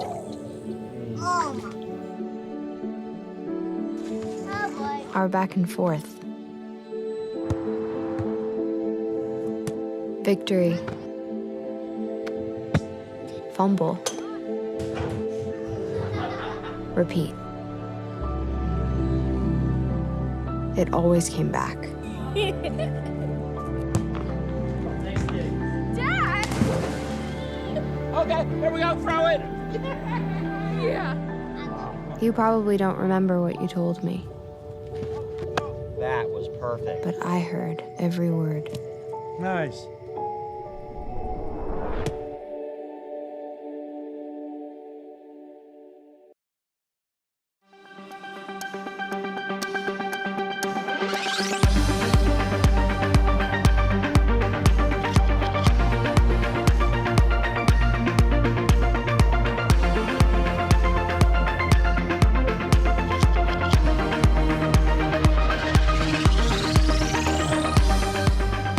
Cowboy State Daily Show, Thursday. Trump nominates Cheyenne legislator to be U.S. Attorney for the District of Wyoming. Generally favorable response to this guy's name, Darren Smith.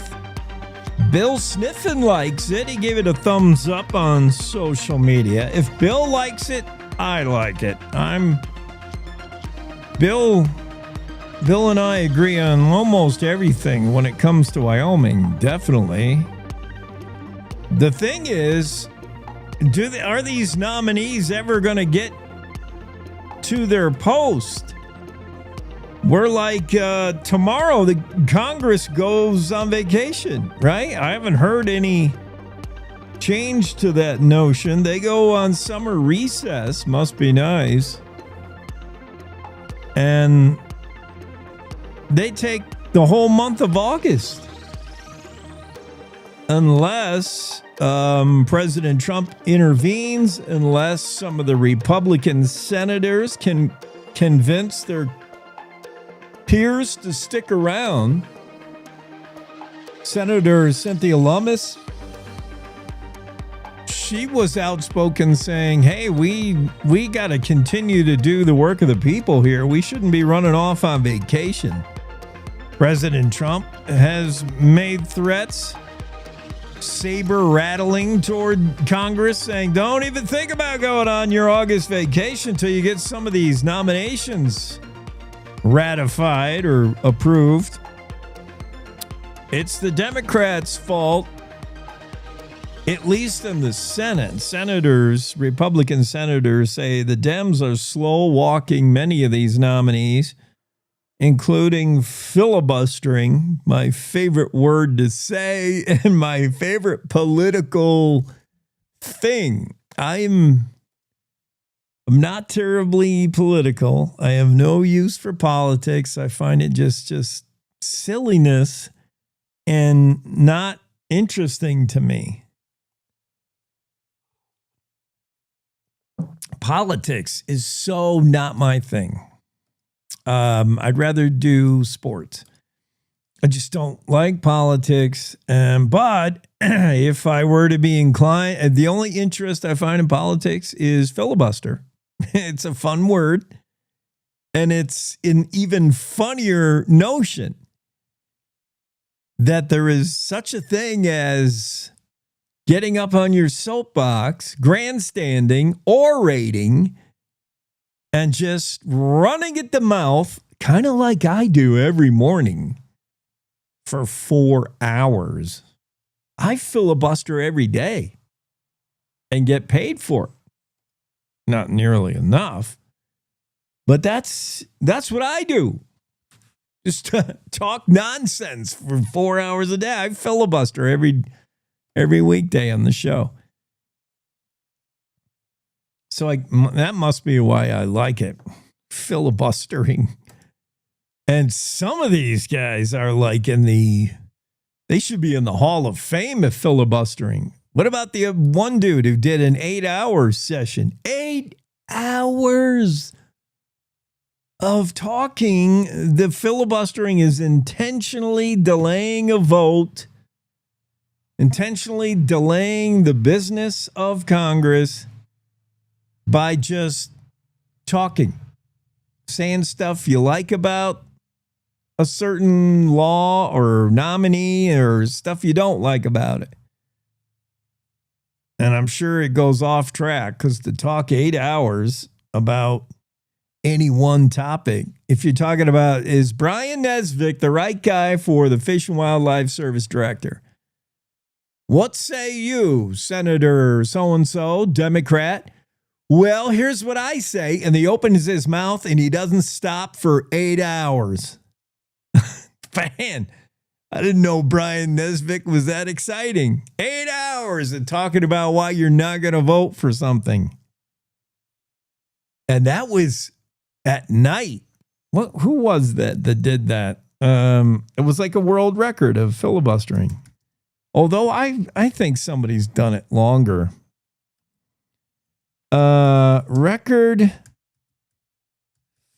filibuster, Democrat, 8 hours. I'm pretty sure it was 8 hours, and it was like overnight. And I asked Hakeem Jeffries, okay, this is in the House. All right.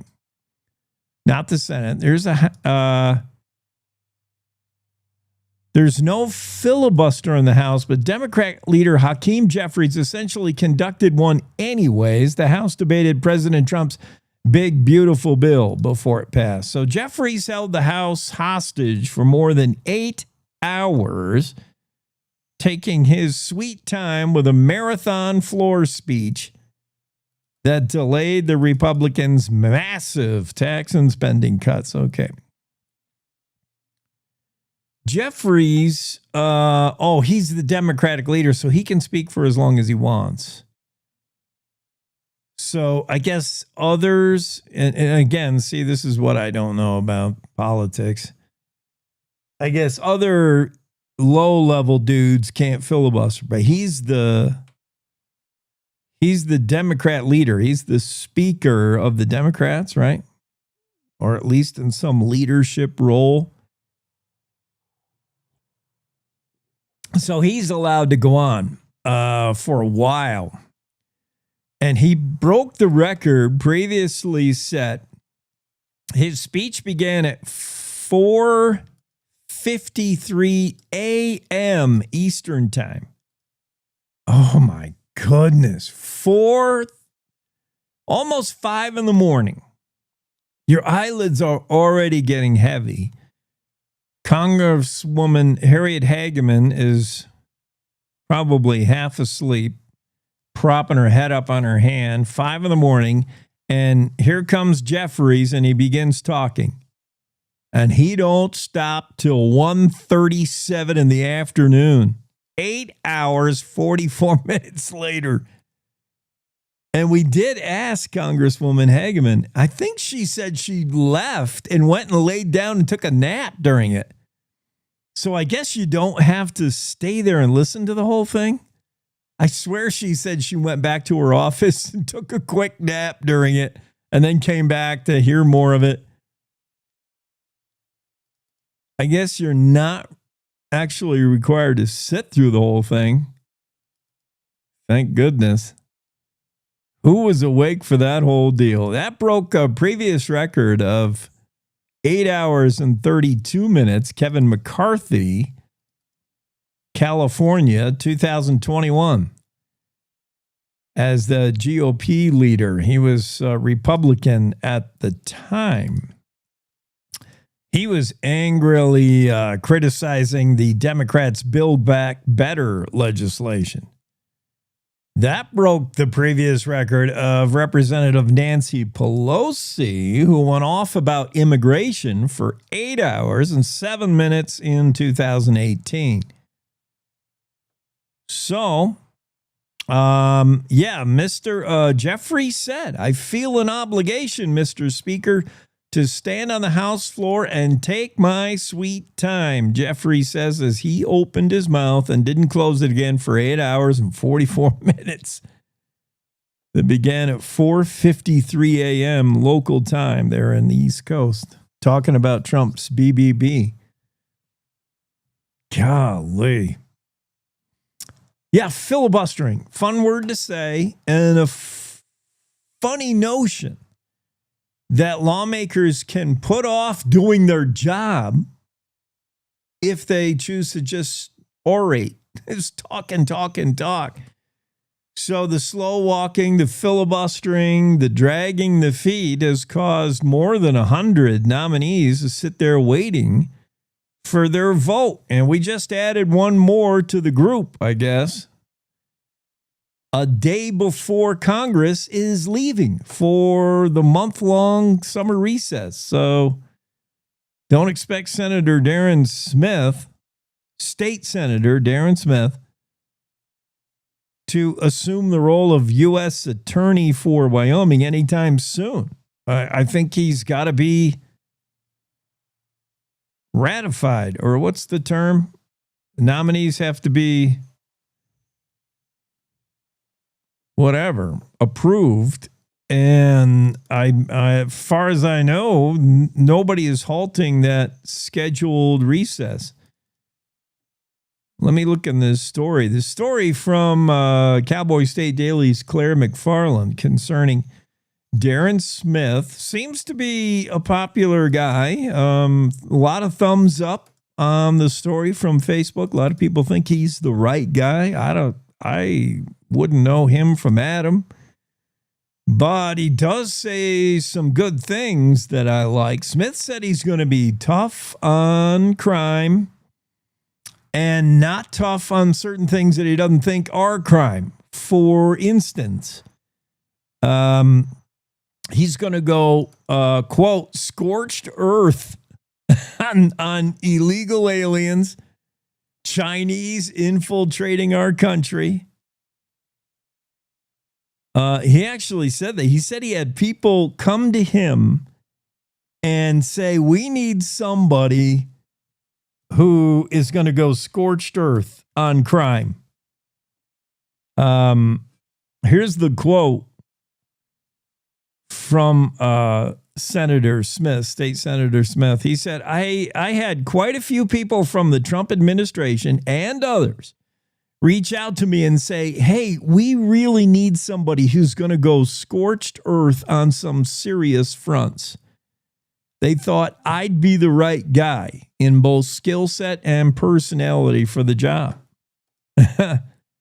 And Smith said he intends to be tough on violent crime, crimes associated with illegal immigration, in order to curb foreign adversaries from doing suspicious things, including, doing state business, land transfers. He's going to be tough. And then he liked to avoid what he said is frivolous prosecution. For instance, he referenced the case of Michelino Sanseri, who went off trail in Grand Teton National Park. We had that story. We had, I think we had Sanseri on, or we had his lawyers on this show weeks ago. If you're not familiar with the case, this is Michelino Sanseri is I don't know what you call him. He's like a professional mountain climber. And he was trying to set a record for ascending the Grand Teton and coming back down. Like, he's extreme athlete kind of guy. You and I and most normal people take like 2 days to climb the Grand. We go most of the way up. We spend the night at the saddle, and then we push to go the rest of the way up, and then we take a day to come down. I mean, it's like a 48-hour event to climb the Grand for most normal people. Michelino Sanseri runs up and down in a few hours. What? He's an Idaho ultra runner, and he's awaiting a verdict. He's in criminal trial. So he, on the way up or the way down, I forget which, he cut a switchback. There's a switchback trail. The trail goes left, right, and he took a little bitty shortcut. He says it's a shortcut that everybody takes. He claims it's not a shortcut. He's like, everybody does that who climbs the Grand. I don't know. But that had a lot of people in the community of ultra runners saying foul, foul, and they disregarded his record time going up and down the Grand. Okay, that's where that controversy should live. Does he really have the record for ascending the Grand and back if he took a shortcut? I don't know. You decide, people who decide ultra running records. But this became a criminal trial. The feds took up the case for his cutting and U.S. Representative Harriet Hageman is absolutely livid over it. She's like, that's ridiculous, wasting our time about this Idaho ultra runner who took a shortcut on a trail. Really? Federal government, you got nothing better to do? And so this proposed new guy who would be in charge of prosecuting stuff like that said he would avoid what he called, quote, frivolous prosecution, and referenced the case of Michelino Sunseri going off trail in Grand Teton National Park. Yeah. It does seem frivolous that's criminal prosecution. I think Sunseri's like banned from even going to the national park anymore for that. Like, let's just decide whether he really has the record of climbing the Grand or not, and not make a federal case out of this. That's the exact term, right? Don't make a federal case of it.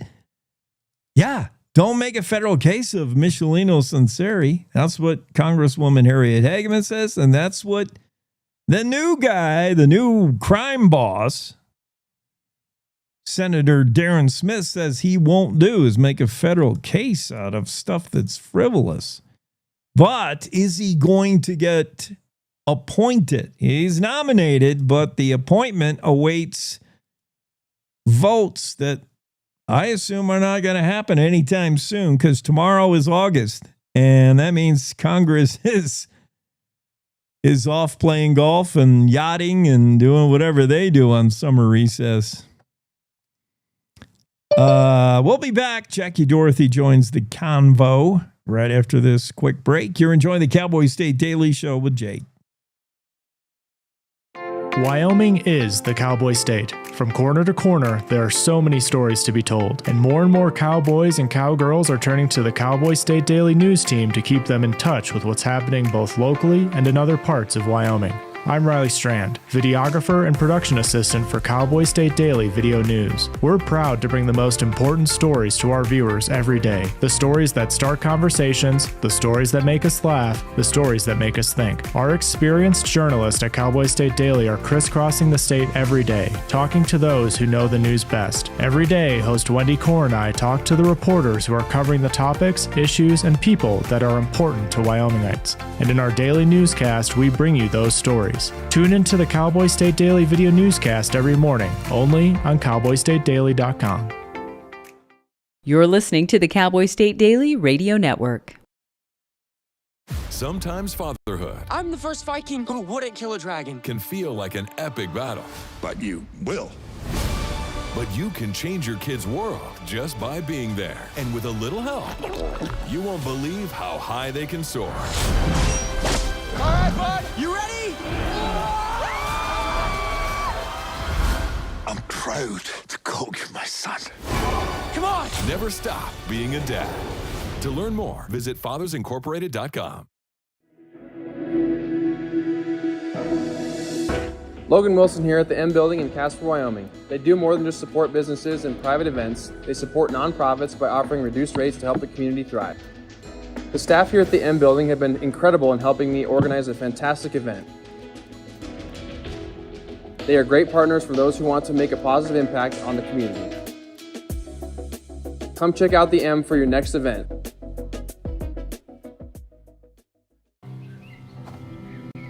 For decades, I've taught you everything I know.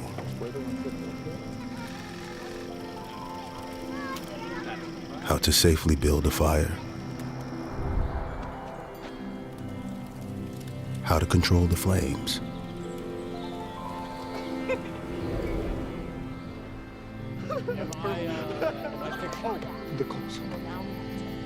What to do with hot coals. How to secure your chains.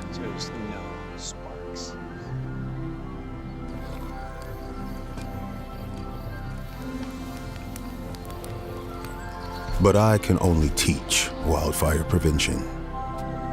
Only you can prevent wildfires.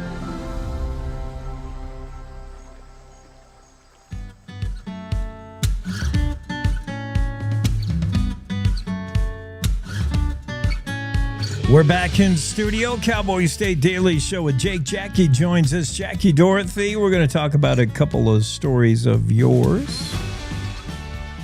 Starting with Camp Courage. We go to Du Bois, Wyoming. Kids dealing with cancer, I mean, so much of a kid's life when they have, child cancer is hospital this, hospital. They never see much outside of a hospital. The chance to get outdoors and get to a camp like this in Du Bois, it's got to be pretty uplifting and encouraging for them. Tell me about Camp Courage. Well, just like you summed up, it's an opportunity to get outside and just be kids. They're with other kids that kind of understand it. I will say that my own family has benefited from Camp Courage, and my nephew loved it. It was an opportunity just to kind of go on ATVs, ride horses, fish, and do things that they could do.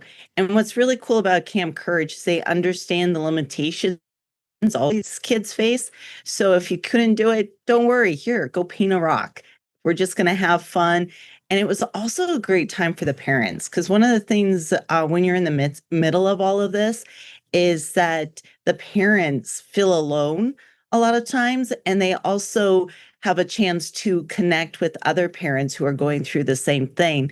And I loved what one mom said. She said this was a chance for her son Mikey to be a kid away from mom. And that was the one thing he wanted, was a chance to get away from her and just have fun. Yeah, to do something that's not the big C. I can imagine as the kid and the parents, your whole world 100% of the time involves cancer, hospital, like whatever it is. Doctors can't, it's just cancer all the time. Can we not just like get outside of this for a minute, meet, go see other people and just do regular normal things? Yeah, I could see why this would be super popular. I remember when Triton was doing it, my sister was talking about how he had just had a chemo treatment and was exhausted, and he still wanted to go. She goes, typical style. He gets on an ATV, falls asleep, and but still is having a blast despite it all. And it's also cool because they bring the whole family. So you get to bring your siblings, you got grandparents, they all get to just to interact with each other. And it is a bonding time as well. Because as an older sibling or a little sister or brother, you are also going through all of the treatments and facing all of this. The camp began in 2012. It's hosted at Crooked Creek Guest Ranch. I've been there to do weddings. Great ranch. Oh, I love it. In a fantastic setting. Christine Robinson is the director. So I guess like once a year, they just kind of take over Crooked Creek and do this. Yes. I think there was one year when they couldn't do it, and they said they missed it so much. They went to another camp and came right back to Crooked Creek. So describe it to me. I was curious about it because the pictures just looked amazing. It's a cool ranch. I mean, you feel like you're a million miles from anywhere, but they got a lot of amenities. The view, everything's great. Even the bugs don't bother biting you because Crooked Creek, special place, great ranch. No wonder they bring the kids there. And great people. The people, every time I'm there, I'm pretty sure I'm pretty sure owners are hands-on there. And then the people working for them, everyone, they're also just so super nice. Yeah. Well, it sounds like a great place. I do know it has new owners, and they're continuing the tradition of Camp Courage and hosting them every first week in August. So it's coming up in just a few days that another camp will be hosted up there. And it's a wonderful service. It's all through Jason's Friends. And for people not familiar with it, Jason's Friends is out of Casper, and it's devoted solely to helping families with dealing with childhood cancers and tumors. One of the parents I talked to, her son has a brain tumor, and it's inoperable. So what they're doing is looking for quality of life for their young son. And this is part of it. Jason's Friends. Okay. I would definitely Google it and look it up. Christine says there's a lot of opportunities to help these families.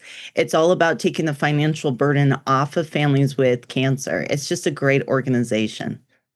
Yeah, just for whatever amount of time, letting kids be kids who've already had to deal in their short life with way too much. Yeah, sounds good. Camp Courage, Crooked Creek, Guest Ranch in DuBois. I like it. Great story, Jackie. Oh, thanks. It was a hard one to write. Yeah. Our buddy Bags, who does the Saturday version of this show, said Sheridan had some storms yesterday. Don Day said it was kind of stormy, some hail around the state. What happened in Thermopolis? Well, we did have some hail, and it was the big stuff. Have you noticed that they're calling all the hail Gorilla Hill now? No. You need to Google it. It's kind of funny. Yes, it's all Gorilla Hill. We're coming. And then it's big hail. And it's like, I don't know where this term came from, but it's definitely when you watch those weather stations. And yes, we do watch them. We had a friend in Iowa. He was texting us from the bunker because they were having really bad storms going through. So I know that it's sweeping the country, but it's hitting Wyoming. We had a rock slide in the canyon just last night. So it happened. It's more that weather sensationalism that drives Don Day crazy. When you call it like bomb cyclone and you attribute weather to being angry at us when it comes, It's got a personality. Right. It's after us. Right. Yes, definitely look up Gorilla Hill and you'll find some interesting stories. Well, the only violence around Thermopolis takes place around Round Top Mountain. I'm not surprised. Round Top Mountain, it's so cool. These pinnacle butte things that you can get up on. They give you great, sight lines. I could see where a dude with a rifle would take purchase up there at Round Top. But it has history of a battle. It does. And this is what's really cool is that when you really start digging in, it probably happened in the 1700s, this battle. Oh, wow. Yes. And I think that it was against a Spanish colonist that had come into the area because you start piecing together. We have a legend from our Shoshone tribes. And what this legend was is that there was people, strange men from the south came up into the Owl Creek region and they started mining and taking minerals from the earth, and they were also taking the furs. Well, the tribes had always fought for this property. They were fighting the Sioux. They were fighting any interlopers. So the Shoshone said they came down, attacked them, destroyed everybody, and took the horses, these strange new creatures. Well, then you find artifacts that in the 1890s, 1880s, the pioneers were finding, and they said these artifacts are axes, and they're finding kitchenware with 100-year-old patterns on it and old rotted out cabins, and they're finding evidence of these colonists that the legends talk about. And what's really cool, and this is what I focused on in the story. Yes, I get excited about it. But on top of Round Top, there was this battle that happened. They said they found and I had to look up the word, now I'm forgetting what it is, the breast. It was where in World War I, they used this technique where they would put up trenches and fight from behind it. And they found evidence of this on top of Round Top. And the way they didn't describe everything they found, but they said that it was obvious that whoever was behind this fortress were destroyed. And a larger force came in and got them. So you can imagine you have the last of the settlers up there on Round Top making their last stand. And when you're exploring it and your mind is open, you can start to see where would I be if I was going to defend myself on top of Round Top. And it is cool because you do have a vantage point all the way around the Owl Creeks. You could see people coming from miles away. Yeah. And that was terrifying. Yeah, in any kind of conflict, you always want to gain the high ground. You're talking about the breastworks, which is kind of like making earth like something to hide behind, and so you wouldn't get hit. Yeah, and people from the south, that certainly sounds like Spaniards coming up. With horses. Yeah. Minerals from the ground. And that's another thing is that we do know that there are Spanish mines from the 1700s in the Bighorns they found an old mine up there near Buffalo area or somewhere. And they found an old Mexican saddle in the 1920s. So you find evidence that the Spaniards were here in Wyoming. We know they were in California. It is not a far-fetched idea that they were up here exploring way before Lewis and Clark. Yeah, absolutely. And I mean, the battle aside of the 1700s, this looks like a cool place to explore. Have you been up there?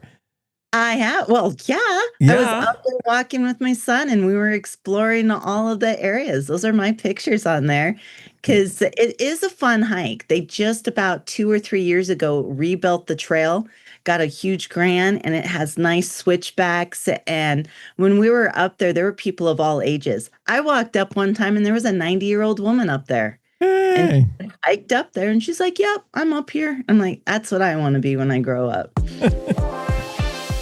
It looks like a cool place outside of Thermopolis, Round Top Mountain, Round Top Butte, and maybe a little bit of history there from way back when.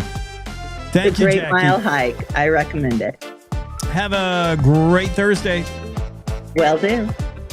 Cowboy State Daily Show with Jake continues. Top of the hour news break coming, and we'll be back with more.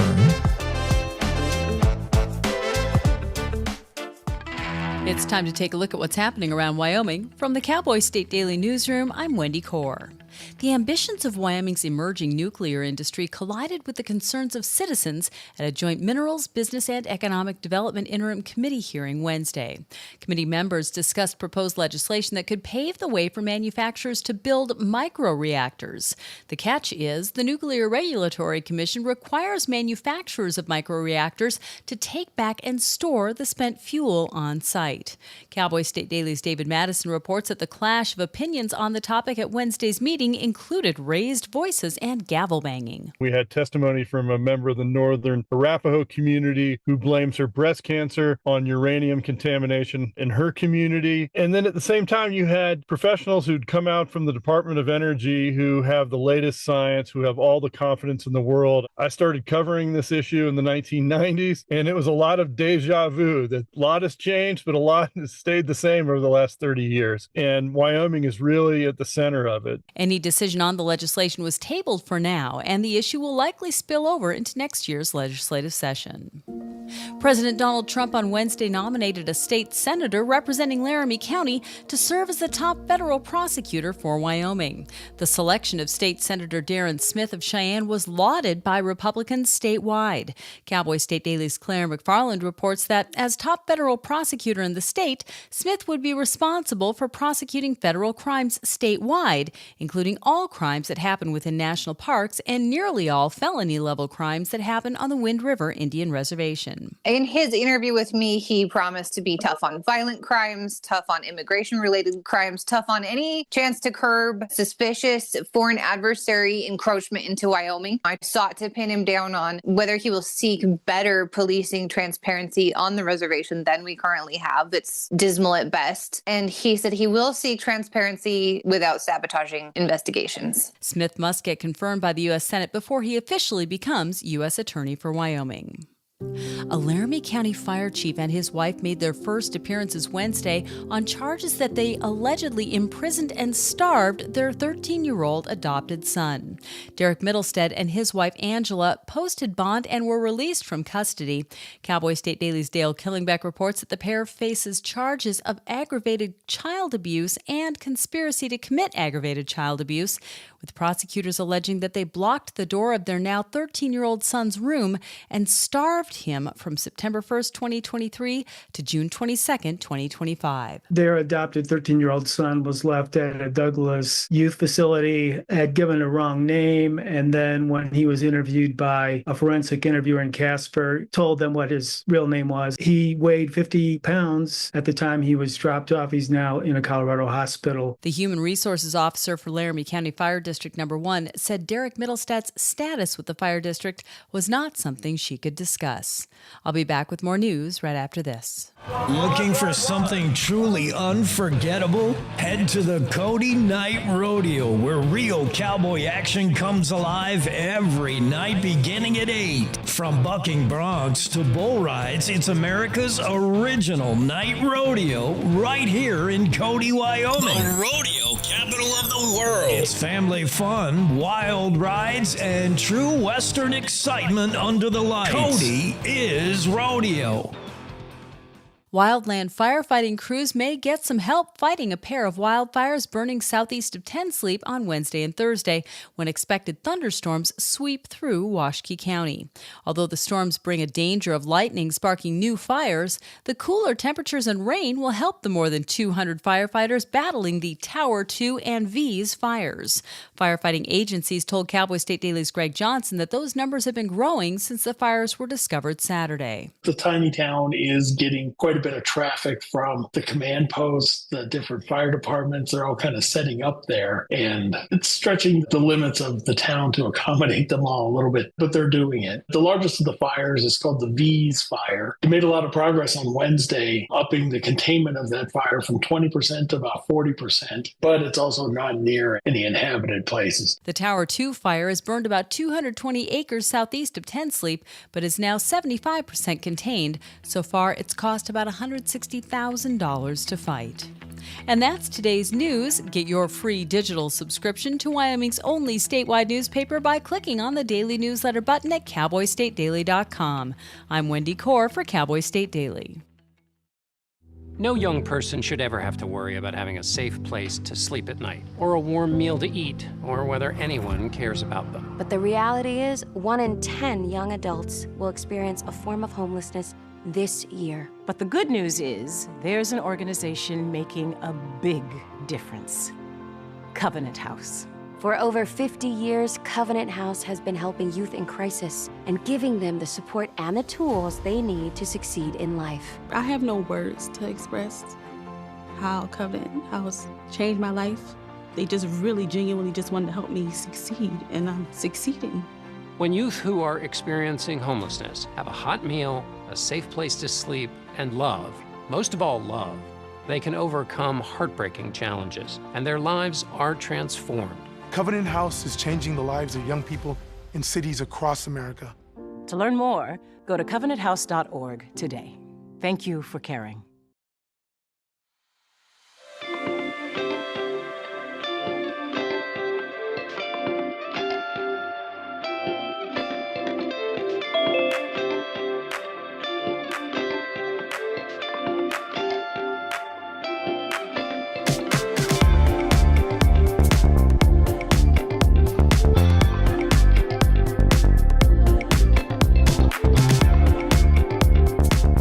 Cowboy State Daily show with Jake. Let's get Mark Hines in here, and we're going to talk all things wildlife, I think, and money and politics. No money in politics. Unfortunately, that's kind of wrapped up in this wildlife crossing issue. I know, I agree. No money, no politics. Like, no. Yeah. This is a politics-free zone, please. But it's part of the issue. I asked Don Day this. We were talking about driving habits, and wildlife crossings are not the silver bullet. It's not the magic thing that's going to fix the too many mule deer and antelope and elk getting hit.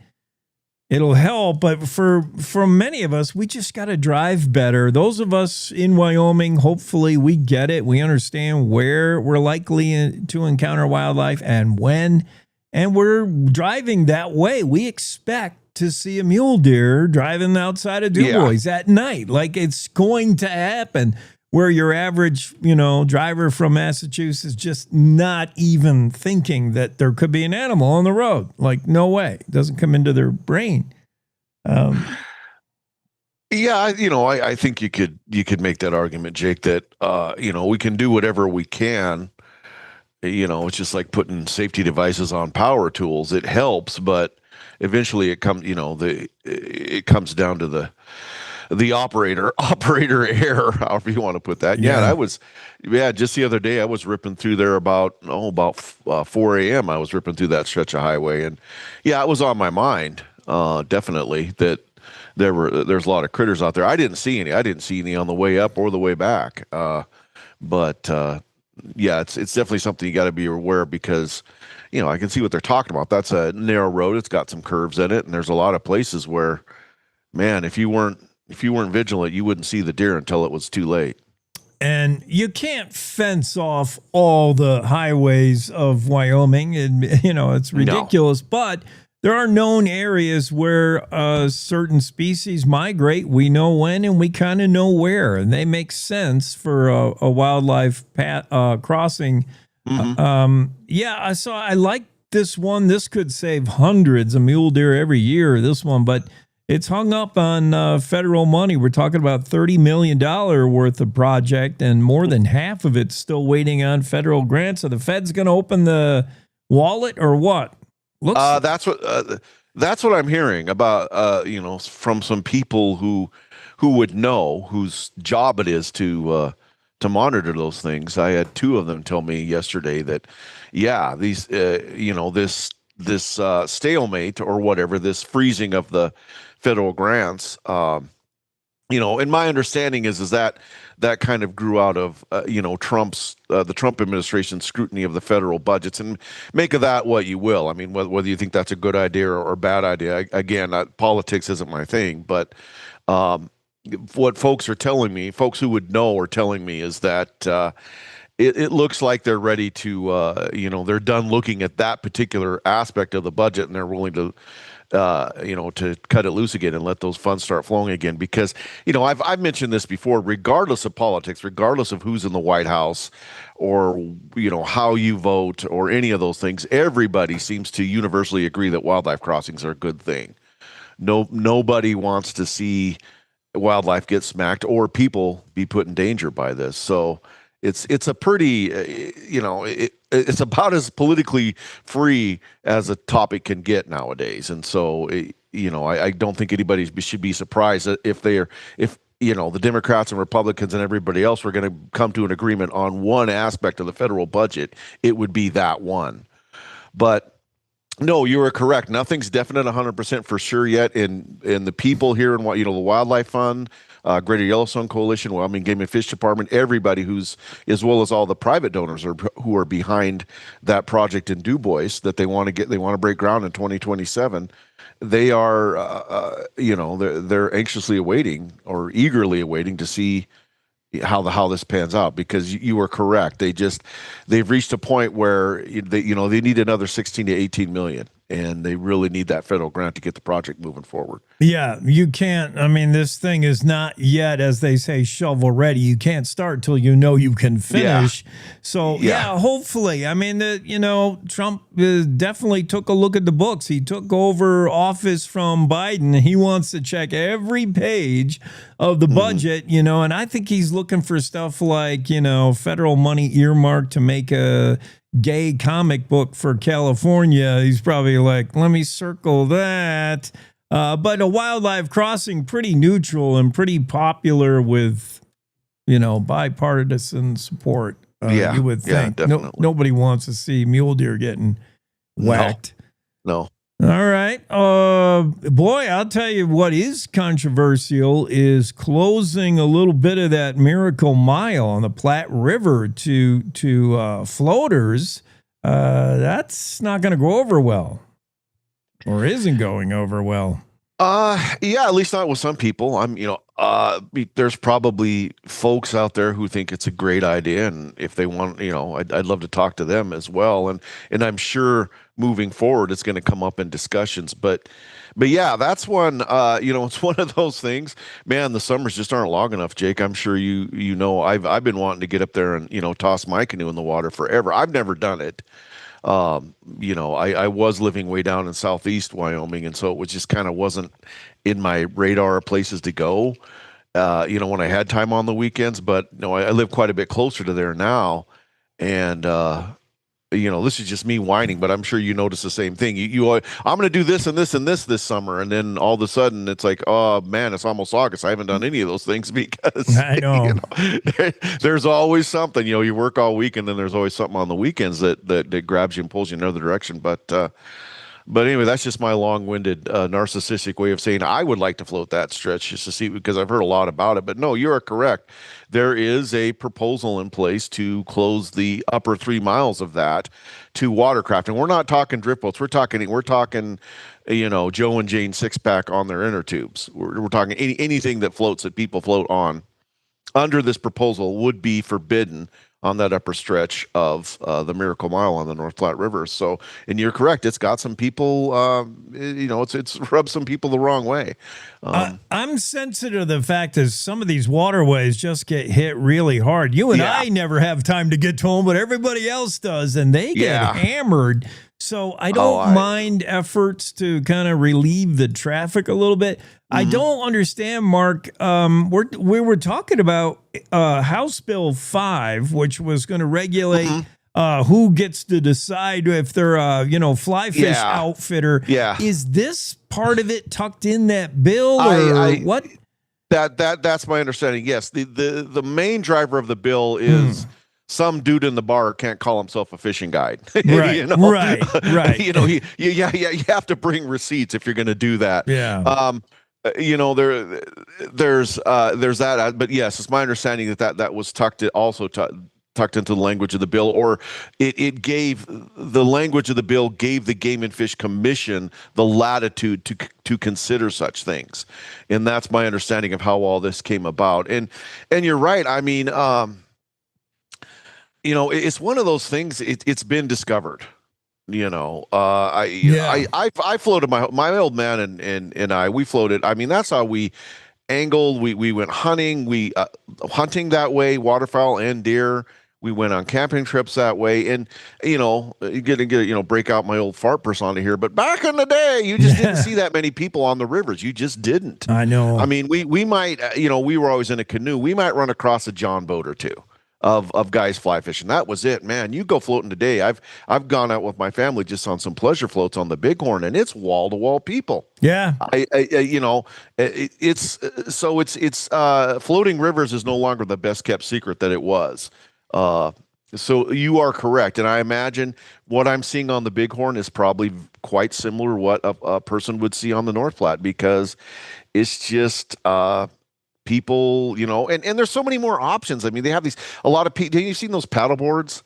A lot, like my older daughter and a couple other people in my family have those paddle boards. They look pretty cool. I don't know if I'd trust one.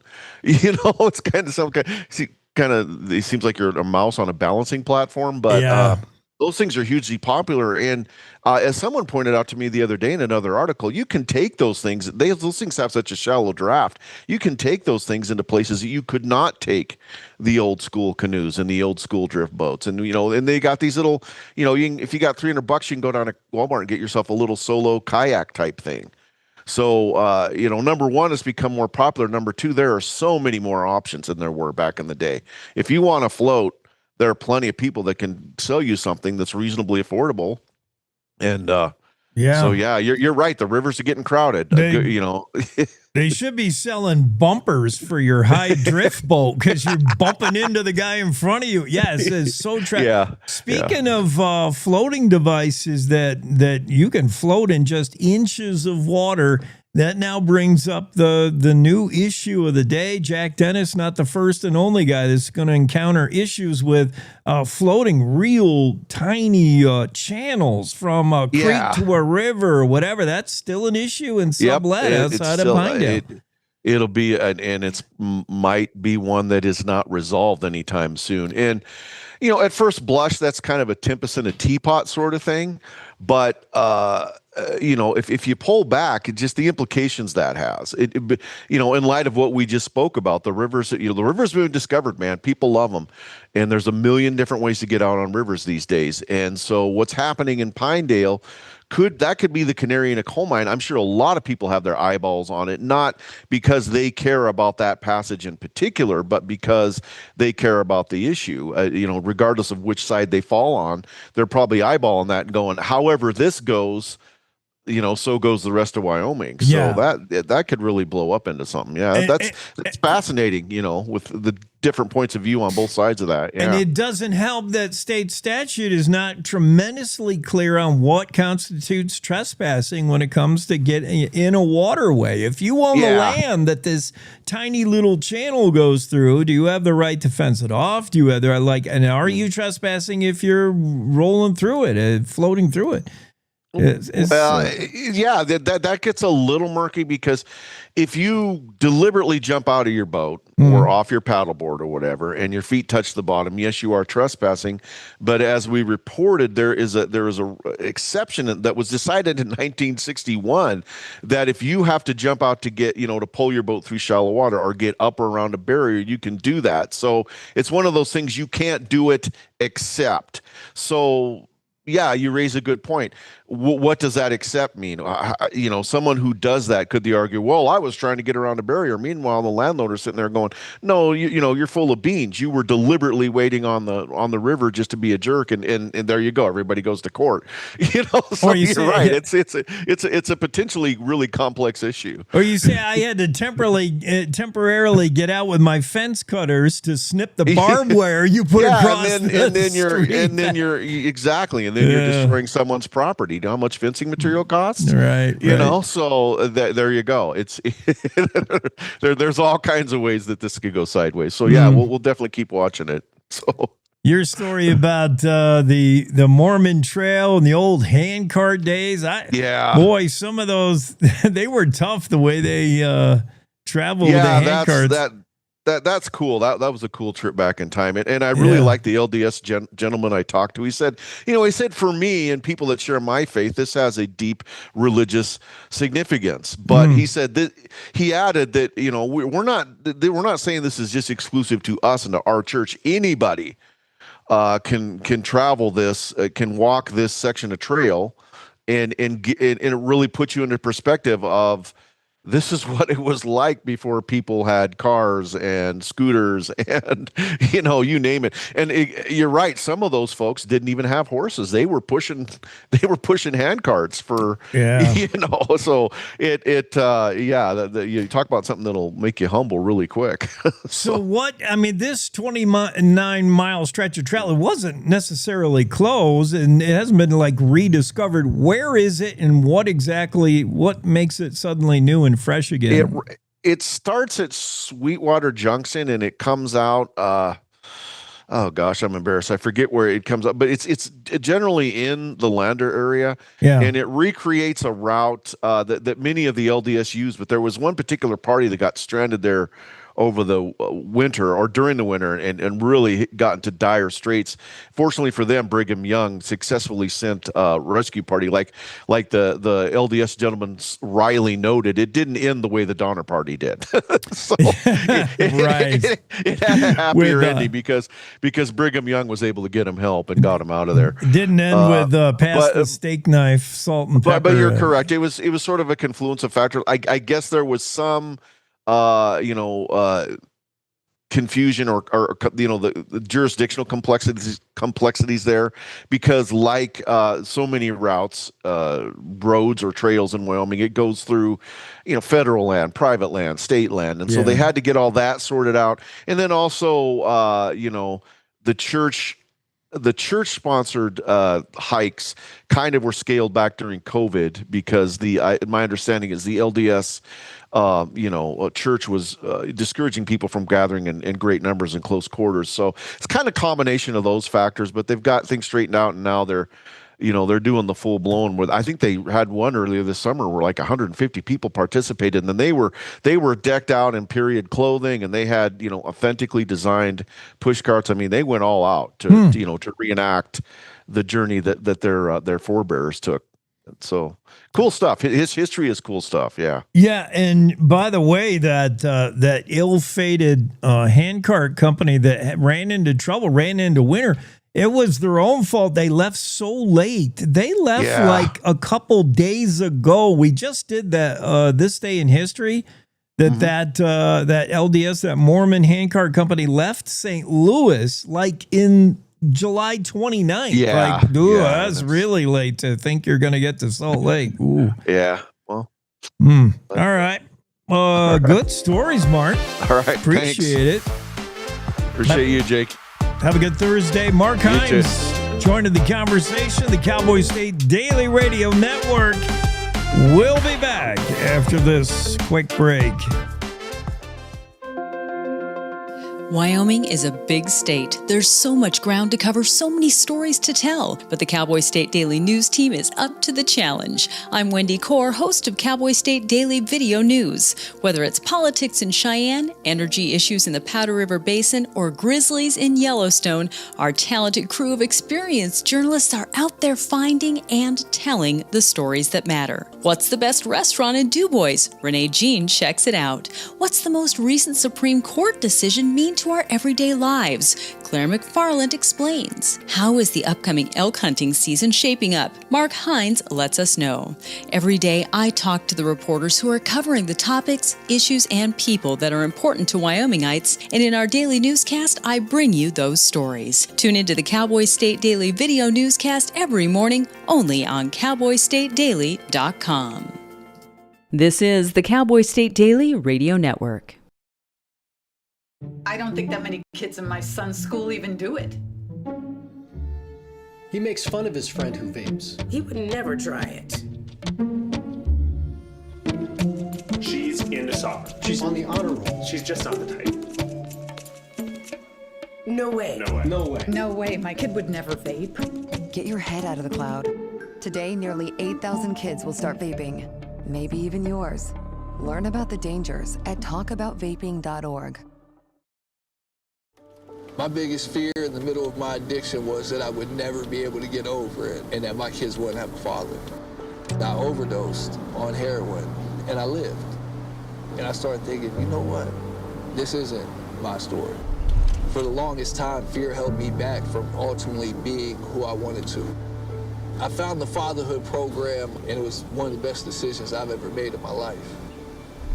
My desire to change had finally outweighed my desire to stay the same. I felt powerless for so much of my life that it's important to me that my kids are empowered and truly believe that if they can think it, they can do it. I definitely had to become a better man to be a better father. For the first time, I finally feel like I'm exactly where I should be, where I want to be.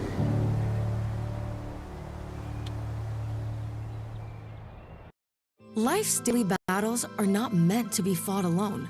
We're not powerless, so long as we don't lose sight of what's important. Don't be afraid to seize that moment to talk to your friends.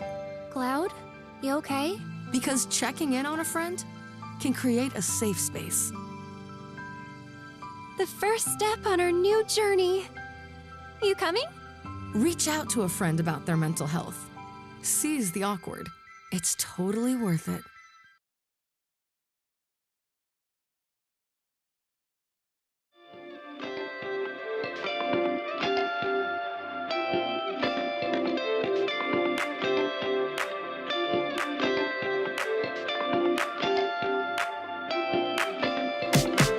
Hey, welcome back in studio, Cowboy State Daily. I was just looking up one of the news items for this day in history. I found it hard to believe, so I always try to verify.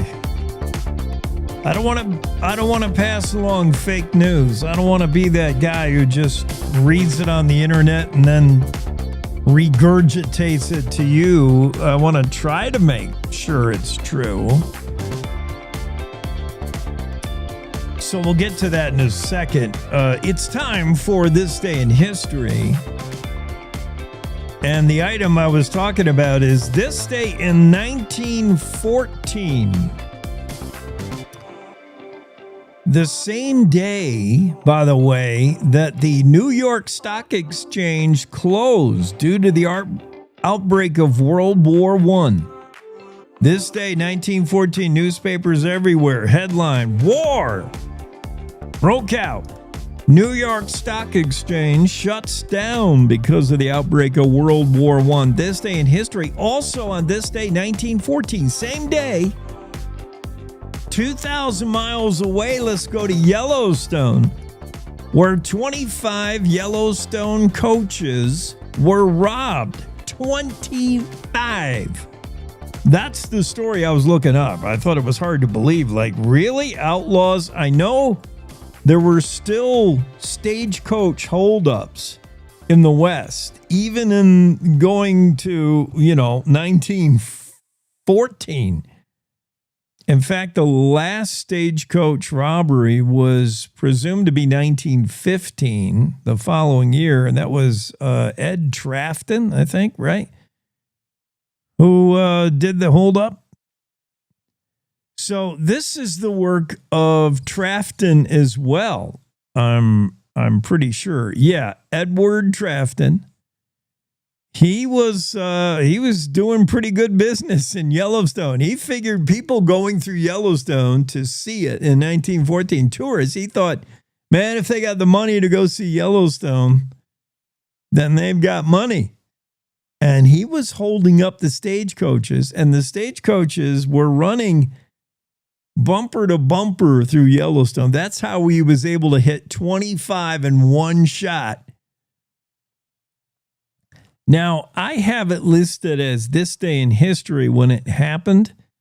25 Yellowstone coaches are robbed, but the news source I'm going to, and there's several different ones, they say it was July 29th, so 2 days ago. But, all right, so right around now, on this day, Ed Trafton pulls off the stagecoach robbery of stagecoach robberies, man. And he held up him and I think two other guys. I think it was just three of them. Held up 25 stagecoaches, and Trafton pocketed for his efforts $1,000 in jewelry and cash. That's it. I mean, I guess for the time that might have been a lot. But next year he hit a few coaches, and that was the end of it. No more stagecoach robberies by 1915. But this was this day in history that Ed Trafton held up 25 stagecoaches in Yellowstone. Damn, it's a pretty good day's work there, Ed. Till you're caught. 1867, this day, Fort Fetterman was given its name. It was in its just its second week of existence. The following year, this day in 1868, Fort Phil Kearny was abandoned, no longer needed, on where that was strategically located. A lot of it had to do with the addition of Fort Fetterman. 1892, this day, Samuel Knight was born. Born in Laramie, I believe, so a Wyoming guy. He is a legendary geology professor, legendary Wyoming geologist. He taught at University of Wyoming. His parents moved to Laramie in 1893, so I guess he was born. It doesn't say where he was born, but I'm thinking it was Wyoming. The geology building at the University of Wyoming is named for him. Samuel Knight, birthday today. Happy birthday, Sam. This day in 1898, volunteers from the Wyoming Battalion land in Manila, over there in the Philippines, to do battle. 1898. It was the same day in 1899 the Wyoming Battalion started home after exactly 1 year in Manila, fighting in whatever was going on in the Philippines. 1899. I guess there was some warring happening. That's a little before my time. 1930, this day, the radio program called The Shadow airs for the first time. I might have, if I can find it, and I wonder if there's copyright infringement. Maybe not. This is 1930. This thing might be out of copyright by now, right? The Shadow, it's so old that there's no longer copyright restrictions. At least that's the way I'm going to hope. I swear I had, I might have thrown it away. I had, on my computer, I had all these old radio shows from the day, like really old. Now I can't remember where I put them. I might have thrown them out, but I had all of them. Oh, I should have never thrown them away. That was terrible. Yeah, The Shadow, which was pretty popular in its day. This was the debut on radio, 1930, of The Shadow. This day, 1937, Wyoming deeded Fort Laramie to the federal government. 1943, this day, USS Sheridan, an attack transport, was first commissioned. 7-week strike by Major League Baseball players ended on this day in 1981. I have vague recollection of that. For 7 weeks, we had no baseball while these superstar prima donna athletes were holding out for more money. Maybe back in 1981 they were inadequately paid, but I can't imagine a strike today would meet with too much agreement from baseball fans. When you look at the salary, Juan Soto just got a record $300 million to play baseball. I think he earns $1 million every time he spits. Yeah, I don't know if a strike would kind of work in today's climate. Fort Yellowstone was designated a National Historic Landmark this day in 2003. Also in 2003, Jackson Lake Lodge received the same designation, National Historic Landmark.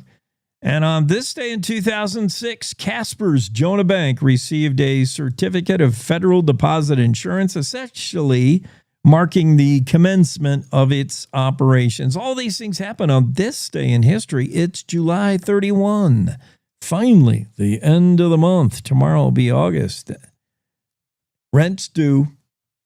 All right, after this day in history, we go to the Western Ag Network and the Rodeo Roadshow. Will, what do you got for us? It's the Rodeo Roadshow on the Western Ag Network. Hi, everybody. I'm Will Rasmussen from the Montana State Fair in Great Falls, Montana. The Big Sky Pro Rodeo. Today, Wayne Brooks, a 5-time announcer of the year, has announced the National Finals Rodeo a dozen times. He's also one of the voices of the Calgary Stampede. We'll talk to him about the final day of Calgary when we come back. Hello, my name is Austin Snook from Buffalo Livestock Marketing. As a livestock auction market owner and a member of LMA, I believe it's time for our industry to align and drive meaningful changes that will safeguard a future for ranchers. I'm asking all who are hearing this to sign on to the Common Ground Coalition as we work to maintain ag-friendly tax policy, improve risk management tools, access to labor, flexibility for livestock haulers, and create support for young and emerging livestock producers. Now is the time. Learn more and sign on at commongroundcoalition.net. It's an incredible time to be in the cattle business, and if you have calves, yearlings, bred cattle, and pairs to sell, Superior Livestock Auctions Bighorn Classic in Sheridan, Wyoming, August 18th through the 22nd is where to do it. True price discovery and over 6,500 active buyers allows Superior to sell your cattle for top dollar. And folks, that just makes dollars and cents. The consignment deadline for Superior's Bighorn Classic is August 1st. So contact your local Superior rep today or visit superiorlivestock.com. As an announcer, that's what you build toward, that journey of 10 days. And so is it hard to rein yourself in from the excitement and wearing the crowd out and things like that? Or talk to me about that. You know, because, and you're going to understand this better than anybody, because it's rinse and repeat for 9 days. Time you get to that 10th day with all the awards and the swag and the bronzes and the checks and the pyro and the and, you know, that production sheet's 25 pages thick. So all of us that are there are in our head about the production schedule and don't miss something. Don't skip over something, don't miss something. So you're really focused on that, but you're not going to stop Cooper Cook from making a 94-point ride. Right. And when that happens, it's magical. I said, that's the best ride I've ever seen him make. He goes, that is the best ride I've ever made. Wayne Brooks talking about Cooper Cook from Idaho, who won the Calgary Stampede in the bareback riding event.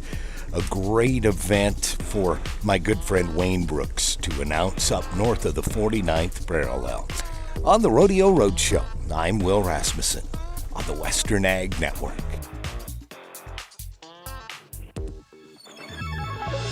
This is the Cowboy State Daily Morning Show with Jake. Thank you, Will. Yeah, who is watching all these podcasts? I say this, and I'm filibustering a podcast myself. I mean, whatever you want to call this, Cowboy State Daily Show. It's kind of half podcast, half radio, morning radio show. We are syndicated throughout the state, radio stations. Hello, Cheyenne. How you doing in the capital city? Hello, Riverton, Pinedale, Torrington. I don't know where else we are. Jackson, we're all over the place. But we're also, I guess, technically a podcast. We do upload the show, and it's available for digestion, archived for on-demand listening wherever you enjoy your favorite podcast. And there's a story in the New York Times I'm reading that says, who is watching all these podcasts? And it's just fascinating today when you have so many options on TV that include exciting video and edited stuff. Like an audio-only medium spawned a giant industry that is now largely focused on video. Most of, your podcast originally were audio only. Now there's a video element, but the video's not that exciting. It's just video of me sitting here talking. Video of Joe Rogan sitting there talking. Whatever it is. Who's watching these podcasts? And why are they watching for 2 hours, 59 minutes? The Club Shay Shay. This past weekend with Theo Vaughn, 2 hours, 14 minutes viewers were on it. Some of these top-rated podcast shows attract millions, and they're watching for hours. Is it that riveting a content? Like doing it myself, I question whether maybe it is. Maybe it is. It's podcasts are the new whatever, and they're popular as can be. We'll be right back. Special guest, Radiant Rita will be on the show. We'll tell you more about what Radiant Nuclear is doing up there in Bar None, or hopes to do, right after this. Want to stay in touch with what's happening around Wyoming? I'm Wendy Core, host of the Cowboy State Daily video newscast. From Mountain View to Upton, from Jackson to Cheyenne, our reporters are out there finding and telling the stories that matter. Every day, I talk to the talented journalists who are covering the topics, issues, and people that are important to Wyomingites. And in our daily newscast, I bring you their stories. Tune in to Cowboy State Daily video news every morning, only on cowboystatedaily.com. You're listening to the Cowboy State Daily Radio Network. Who can you turn to for news you can trust? Your local TV and radio broadcasters. You trust us to keep you safe during times of crisis and to deliver the weather, sports, and entertainment you rely on every day. We bring you the facts you need to make decisions that matter. And as misinformation floods social media, you can trust your local stations to deliver the truth. Text TV to 52886 and tell Congress you rely on your local stations for trusted news. You handle the healthcare, we'll handle the marketing. In need of a spark for marketing your medical practice? Loom Studio provides creative and strategic healthcare marketing that illuminates the path to bigger and better experiences for your business and your patients. We specialize in branding and design, social media, website design, SEO and SEM, not to mention content creation, public and media relations, and marketing metrics to ensure you're getting results. If you're looking to increase your patient engagement and retention, enhance your community impact, and streamline your marketing efforts? Our team is ready to help you achieve your goals. Contact us today and learn more at loomstudio.com. We come from a long line of farmers, and there's a sense of pride, but there's also a significant amount of pressure. Farmers have to take care of their physical and their mental health, because what's a farm without a farmer? Watching the sun come up, that's my time. I can have a cup of coffee, and every day is a new opportunity. That's cool. Your hand's gotten so big. Yay! Don't forget to check in on yourself. Love your mind.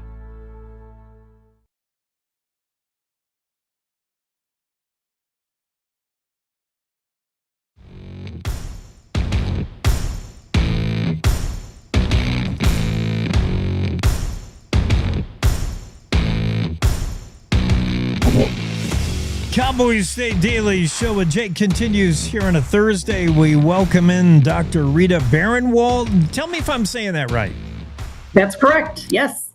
Dr. Barenwald, we're going to learn a little something here because I need to learn. I talked to the mayor and a councilman from Bar None. We were talking about Radiant Nuclear and what's being proposed up there, and I didn't quite fully understand what it is Radiant wants to do in Bar None, and I'm slowly getting a better understanding. But if anybody knows, it's this young lady, Chief Nuclear Officer at Radiant, got her bachelor's at MIT. You might have heard of it, which means she's smarter than any of us. Former Assistant Secretary of Energy for Nuclear Energy, the head of the Office of Nuclear Energy, the United States Department of Energy. Maybe you've heard of that too. She also worked at INEAL, that Idaho facility, recently off of Westinghouse, where I think you were developing a similar small modular reactor program. So, I mean, we have to start right away with understanding what it is that Radiant is doing. Describe, because I thought it was micronuclear. We were talking about like a small power plant similar to TerraPower. Like, I didn't know. This is different. What are we talking about? What is the Radiant's Kaleidos what is it that you want to do in Bar None? Let's start there. All right. So thank you very much for having me, Jake. I appreciate the opportunity to spend a few minutes with you. So Radiant wants to keep the energy that is mined, the uranium that is mined in Wyoming that we will be using in our Kaleidos reactors. I'm glad you've done your homework. And what it is, it's a 1 megawatt microreactor that we are looking to mass produce and be the first ones in the world to do so. And what we want to do in Natrona County here in Wyoming is build a factory, create jobs for the local talent, keep that local talent in the state, and help them, along with Radiant, achieve President Trump's mission to do several things. One is Radiant wants to do is turn on our first test before July 4th of next year. We are going to do that at Idaho National Lab. The DOE has selected us to go first. We will test our Kaleidos concept. And I don't know if you can see this. I'm going to hold up a very small rendering, but there is, you can see that flatbed truck. Yeah. And on that flatbed truck is one of our megawatt in a box reactors. It's being offloaded into what looks like, basically it's a hex, or it's a cross. 4 reactors is one concept that we have at deploying our concept. So that's in a nutshell kind of what it looks like. But it's 1 megawatt. Folks, clients can stack it up if they want. They can have 2, they can have 4. So the end goal, though, is to provide power to clients that need it. That could be remote communities. That could be our U.S. military, remote operating bases, isolated areas, islanded communities that might need it. I actually, if I could, I started my career working for Bettis Atomic Power Laboratory, which develops, designs, and maintains nuclear reactors for the U.S. Navy's aircraft carriers and submarines that are powered by nuclear power. I was developing fuel, and I had the chance to visit Newport News shipyard right when the Ronald Reagan aircraft carrier was being constructed. And I had the very huge privilege of standing inside where the reactor was going to sit. And I looked up several stories and I realized, wow, that little fuel that I'm developing in my lab in Pittsburgh is going to power this behemoth of a ship to defend my country. That was a tipping point for me to keep me in nuclear. And if we fast forward to today, Radiant is developing a much, much smaller scale reactor to do many things, but one of which is help our troops continue to defend our country in a very safe manner. Yeah, and our military, by the way, if you didn't know, has been mandated to make smaller micro power stuff. And in other words, you know, if the grid goes down, if we're under attack and the grid goes down, we have to be able to energize a military base on its own. So, okay, now we learned that Radiant's making these 1 megawatt in a box. They're approximately the size of like a railroad car. Who would, you just touched on this, who would be a potential client? Could one of these power a hospital, a college, or an entire community that's just way off any grid, energy grid? Yes, yes, and yes. And a good rule of thumb is, you know, generally a megawatt can power 1,000 homes. And so it's really a very large community that one of these reactors could power. And so if you envision even sort of a downtown campus or a complex, you've got a hospital, you've got that university. Yesterday we talked to the Minerals Committee here in Casper, and across the street was Natrona County High School, right? So I'm envisioning that cluster of the town could be powered by one of these. All right, we have to address everyone's question wherever you go. There was a meeting last night. People, even the mayor of Bar None, we had the mayor on yesterday. Your first question whenever anyone hears nuclear is, we think 3 Mile Island, we think Chernobyl, we think it on a big scale, and we think it on disaster, the worst case scenario, what if?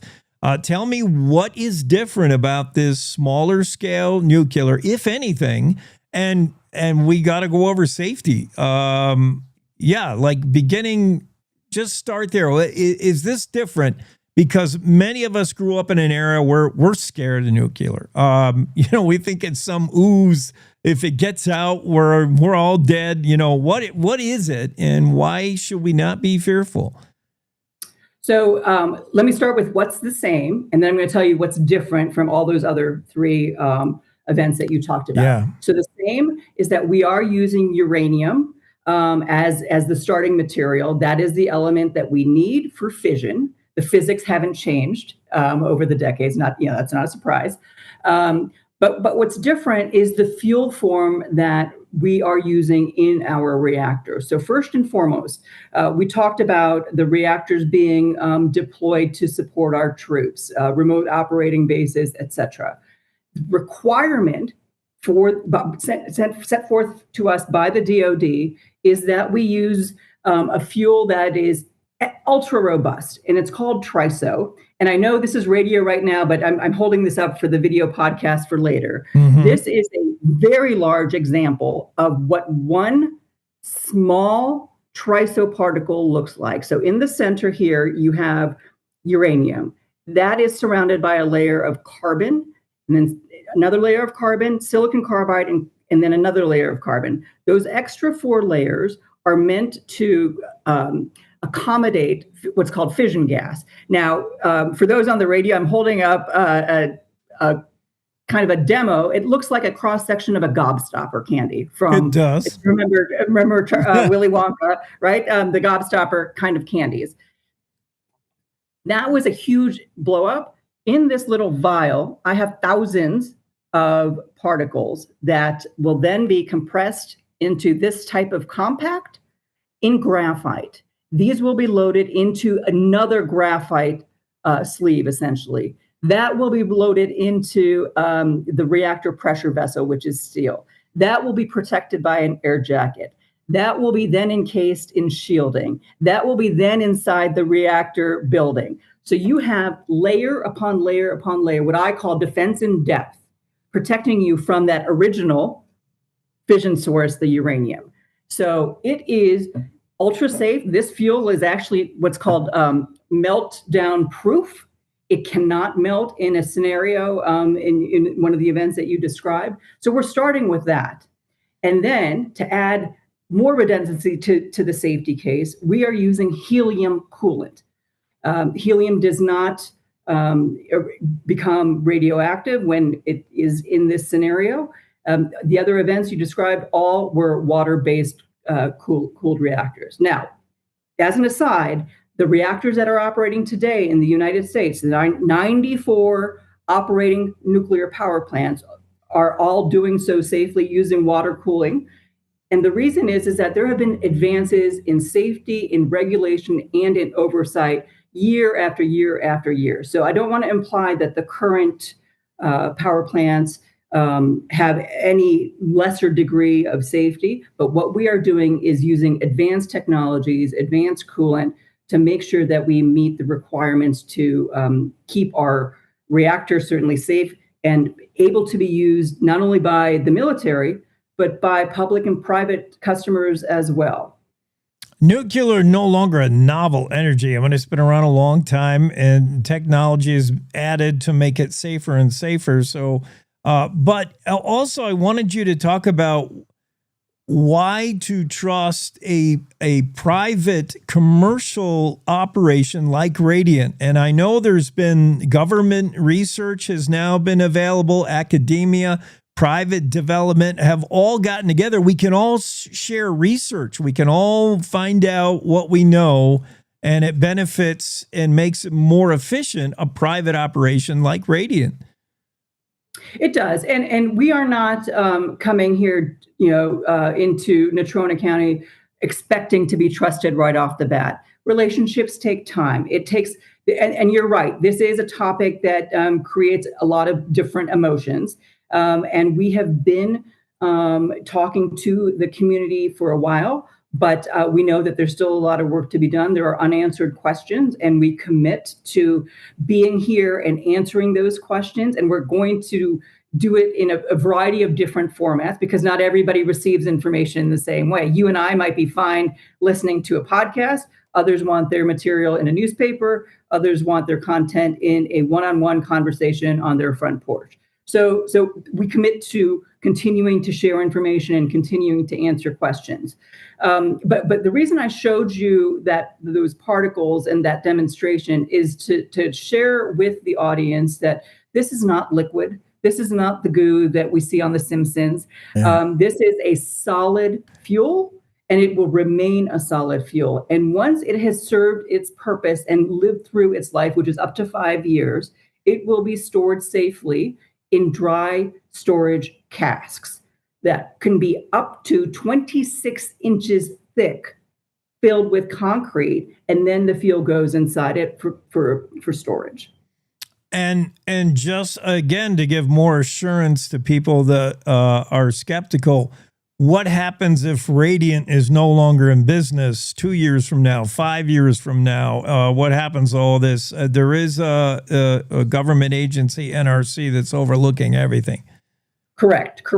And so again, we are not asking for trust right off the bat. We know it takes time, but we are not doing this by ourselves.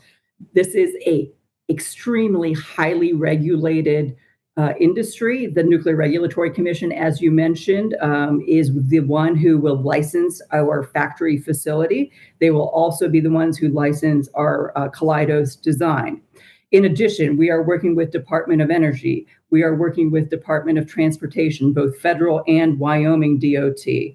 But to answer your specific question, in the event that something happens to Radiant in the financial aspects, the NRC actually requires its licensees to maintain a minimum of $1.06 billion, and that's a very specific number, but just over $1 billion in on-site property insurance at each of its facilities. And so that's a significant amount of funding that we set aside. But what I want to actually kind of move to is that our investment here in Wyoming is going to translate to very meaningful long-term opportunities, not only for us and our children, but our grandchildren too. This is a generational relationship that Radiant wants to start with the citizens of Natrona County and beyond.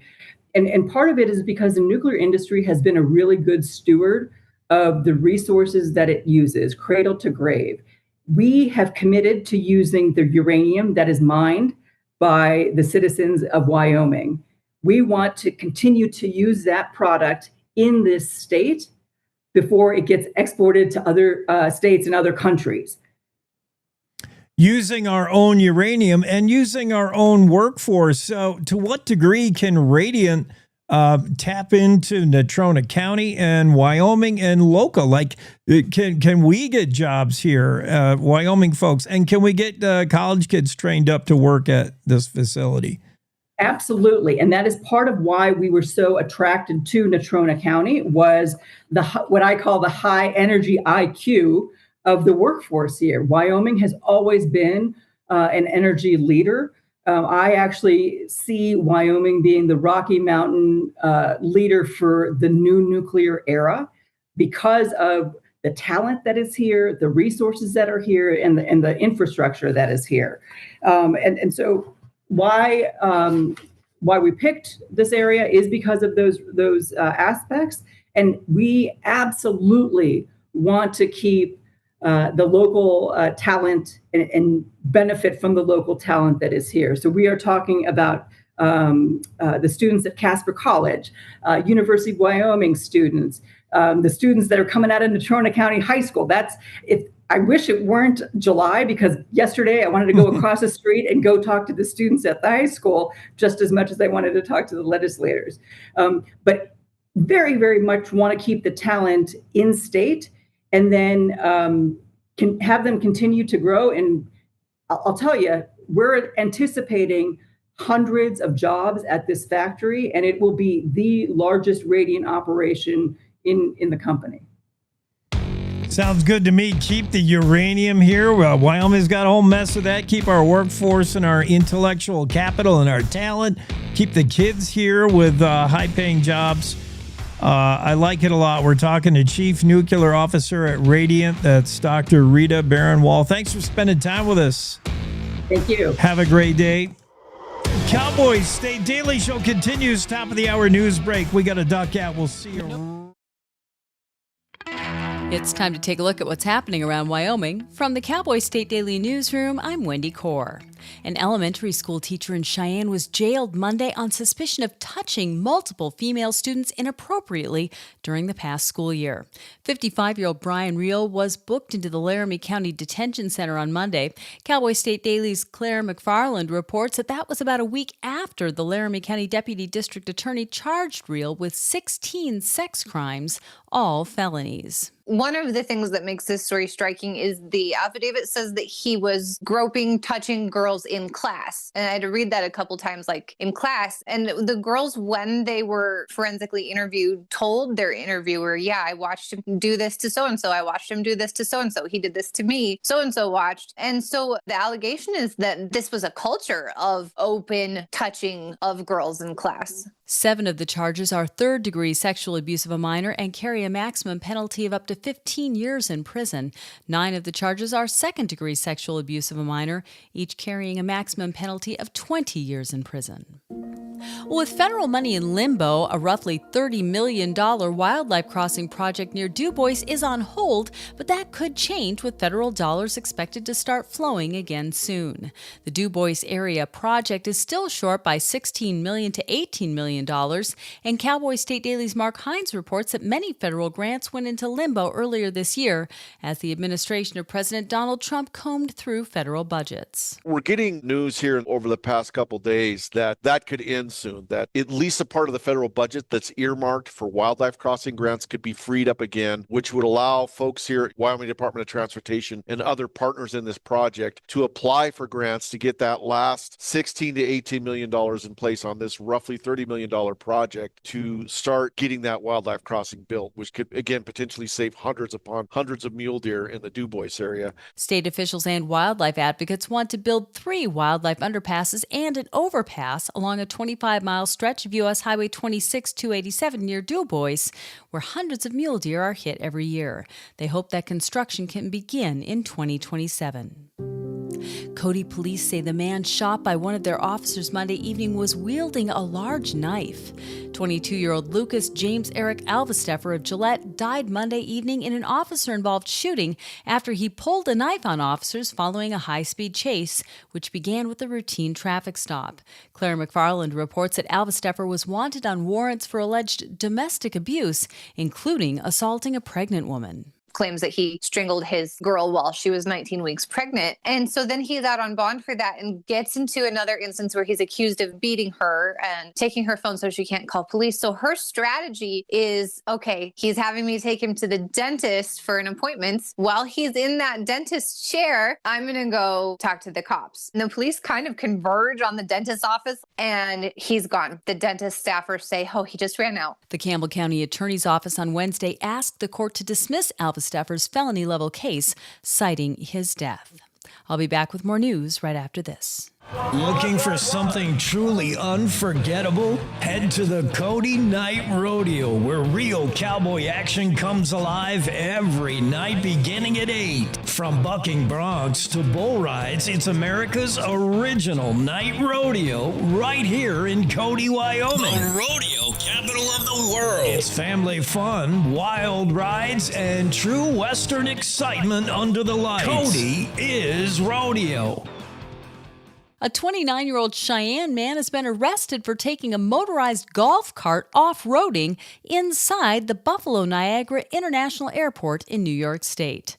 Kevin Sinning, who authorities say appeared to be intoxicated, decided to take a golf cart onto a moving walkway in the airport's terminal. Cowboy State Daily's Andrew Rossi reports that a video of the incident that's been viewed millions of times shows an unperturbed Sinning sitting in the golf cart on the moving walkway, which is too narrow to accommodate the cart. Not only did he steal this thing and start driving it around the terminal, he drove it into the moving walkway. It was too wide for the moving walkway, but that didn't deter him. So he destroyed the glass, he destroyed the cart, he destroyed the walkway, and he faces several second and third degree misdemeanors for his conduct that night. The Niagara Frontier Transportation Authority arrested Sinning, and he faces a litany of charges. And that's today's news. Get your free digital subscription to Wyoming's only statewide newspaper by clicking on the daily newsletter button at cowboystatedaily.com. I'm Wendy Core for Cowboy State Daily. So I wanted to talk with you and your mom today, Lily, because some people at school have noticed changes going on with you, and we're concerned. Like what? Who? Some of your friends, teachers. It sounds like you've lost interest in a lot of things lately. You're hanging with new friends. So? So, individually, maybe those things are no big deal. But taken together, and then the incident the other day, you were with Derek when he was caught selling marijuana. Yeah, he was selling it. Honey, we know. But we care about you and want to know what's going on. That's right. We just want to understand better and see how we might help. And if weed is a part of it, we just want to make sure you understand the negative consequences for someone your age, the physical and mental health effects, the poor decision making, and the confusing legal aspects these days. So what do you say? Can we talk? For more information about talking with your kids about underage use of alcohol and other drugs, visit underagedrinking.samhsa.gov.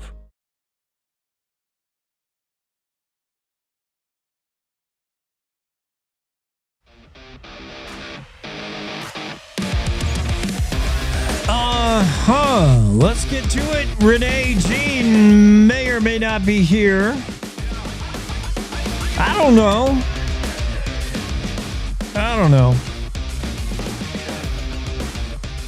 Ask Abby. Abby's going to be here. That I'm sure of. Also, we're going to talk to the CEO of Wyoming PBS. And of course, you probably know that PBS, Public Broadcasting System, were defunded, clawed back. The federal government just took money right back from them, right out of their budget. President Trump and other Republicans saying that, public TV, public radio has just become too liberal, too woke, too left-wing, and we're not going to fund that message anymore. Well, guess what? Joanna Kale, CEO of Wyoming PBS, agrees. She's not crying in her spilt milk, or whatever the term is. She agrees that the national PBS has become too far left. It's got off its original mission. And her letter, her guest column in the Cowboy State Daily, I think surprised some people. And some folks wrote letters to the editor saying, "You go, girl, Joanna. You're exactly right." They loved that she had such fresh take and such an anti-take. Like, wait till you hear about Joanna Kale, CEO of Wyoming PBS. She's going to talk about why, guess what, federal government got it right. And she says this knowing that probably her own funding is at jeopardy. But Wyoming PBS has not followed the national narrative, and their programming is what PBS should be all along. So I'm excited to talk to Joanna a little bit here. Renee has found the Zoom room, and we'll get with her. Excellent. Renee, Jean, what's happening? Oh, just another wonderful day in Wyoming, Jake. Mm-hmm. Did it hail on you yesterday, wherever you were? We never know where you are. No, I didn't see any hail. I'm up here in Newcastle. Newcastle. All right. Yeah, we had some violent weather in Sheridan. Thermopolis got some weather. Newcastle, no hail. That's the report. Well, I didn't see any. I mean, I spent half the day inside writing anyway, so maybe I would know if there was hail. You may not have been aware. Let's see. Let's talk about this big AI data center. This is the biggest one yet being proposed for the Cheyenne area. Yeah, and this data center all by itself is it's going to use more power than the entire state. It's a 1.8 gigawatt facility. Okay, so Wyoming, a 1 gigawatt uses is enough to power 1 million homes, right? 1 gigawatt, 1 million homes. Wyoming has what, population 587,000? So 1.8 gigawatts is like twice the power consumption that this, we're not even at 1 gigawatt, and this is going to already be twice 1 gigawatt. Yeah, and that aspect of this proposed data center was catching everybody's attention. Nationwide news, several outlets reported on that using various headlines like Wyoming getting a new data center that's going to use more power than the whole state consumes. And then when fully built out, potential to be 5 times what the state could ever gobble up in energy. This is going to be a big deal, man. Yeah, it's huge. And what I found interesting though, Jake, is it wasn't Cheyenne out there, pitching for data centers. This was the data center coming in saying, we want to be in Cheyenne. So they've reached that kind of critical mass now. They have Facebook or Meta, rather. They have, what's the other one's name's escaping me at the moment? Microsoft, is they here? Yeah, they're here. Microsoft, Meta. We've got all these data center companies that have already reached here. Cheyenne's kind of got this critical mass now where The data centers aren't waiting for someone to come pitch to them. They're coming to Cheyenne and saying, "Hey, we want to be here too. How can we do that?" Now, maybe it's just me, Renee, but I'm a nervous Nelly. Mayor Patrick Collins did say they're coming to us now. They come knocking, they come calling. We don't have to pitch Cheyenne as the place. But I'm nervous when I hear people want to bring these data centers to Wyoming so much. Why is that? What is the benefit? You're also, you understand the data center and you get the tech and stuff like that, but you're the business reporter, Cowboy State Daily. Are they job creators? Are they revenue generators? What does the data center bring that's of positivity to the state? Well, I think part of the reason these data centers locate here is we have the right weather. It's cooler on average than other places they could be. So they're going to use less power because they're not having to cool quite as much, right? Yeah. They're in some ways ideally suited to Wyoming because once it's up and running, maybe there's going to be 50 employees in that big, huge complex. So it's not like you're an energy hog plus you're going to need 500 employees. So that's a win for Wyoming in some ways because housing issues. They're not going to be bringing this huge influx of people who will need new housing. We already have a shortage on housing. I think it was something like 5,000 units short in Cheyenne in the last most available report. But it is a challenge, I think, to keep bringing these here. They do need a lot of water to cool. Of course, you can recycle some of that water. That helps, but that's an issue. And then, while they're not bringing very many new employees, they are still new employees who are going to need housing. So it is adding incrementally to that problem. Those are some of the issues that Wyoming will have to work on if it wants to capture this opportunity. And it is an opportunity. I mean, this is a generational opportunity. People are going to open up their wallets and drop large amounts of cash this one time in this point in history to build these mega centers. Those will last for decades, and then they're going to close up their wallets. When they've built what they need, they're not going to be building in so many more of them, right? So this is a big opportunity if Wyoming can capitalize. But of course, we've got issues along I-80, getting that power. We produce 15 times more power than we use, but we have trouble getting it to the communities along I-80 because that infrastructure is old and it's designed for 50 megawatt use, not 1.8 gigawatt use. You need all new infrastructure to service that. How is that going to happen? People are worried about rate increases. These companies are legally required to make sure they don't pass those additional rates on to customers who aren't benefiting from it, but it's a challenge. Yeah.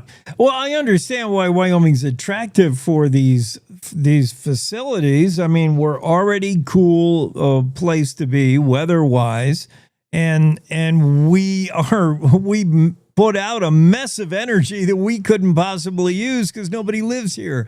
But I just don't know what the huge benefit to the state is. Do we tax them? What do they produce that we can take money off the top? Like, are we getting money from these data centers? Or because I am worried about the water use to cool them. When I turn on the faucet in Cheyenne, I want to see water come out 10 years from now.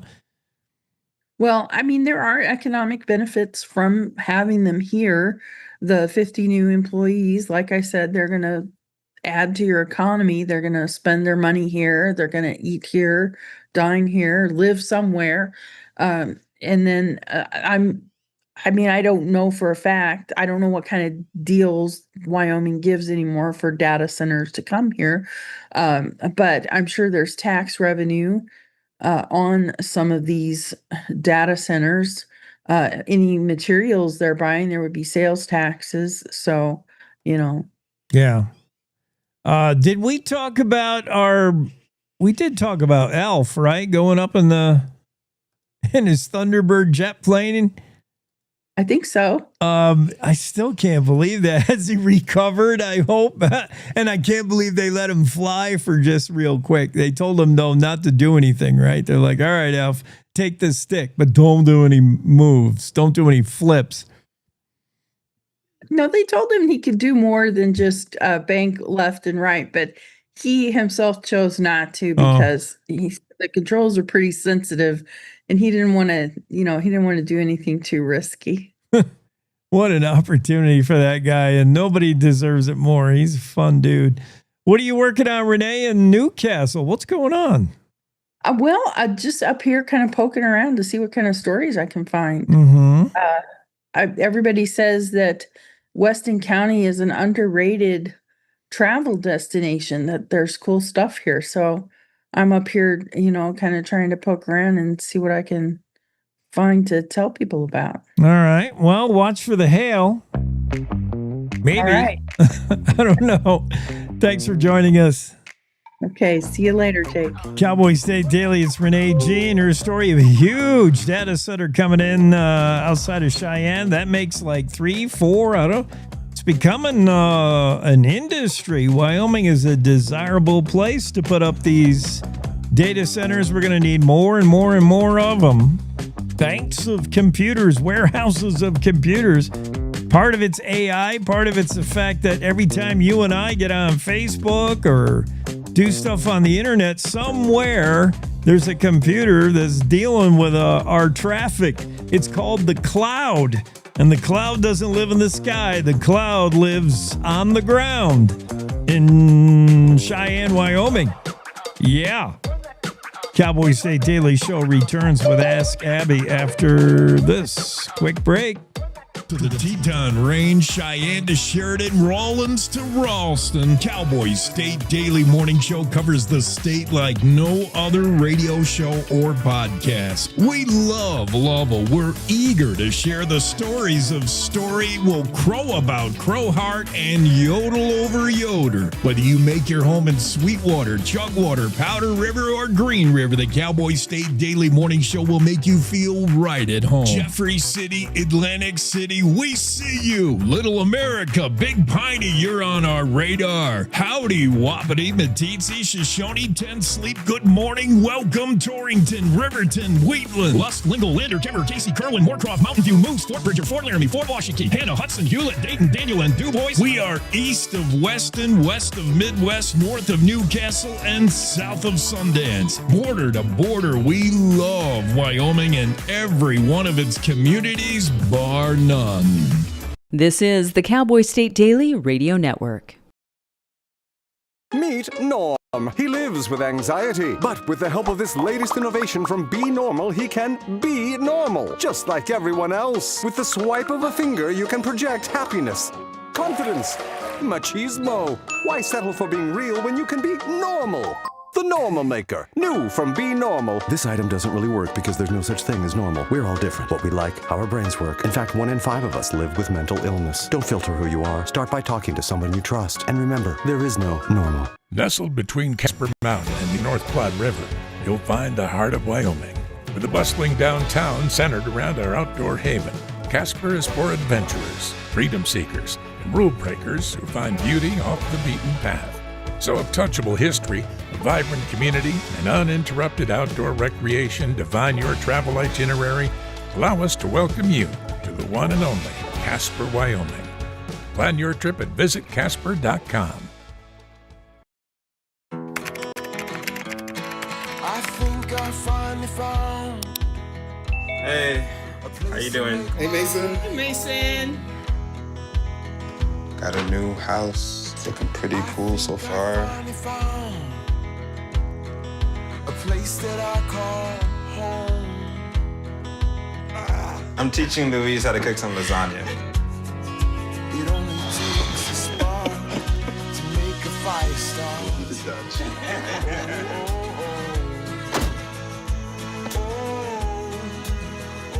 Thank you. Study, please.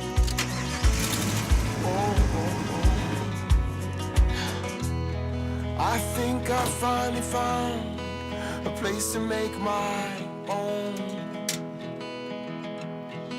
A place that I call home. This place that I call home.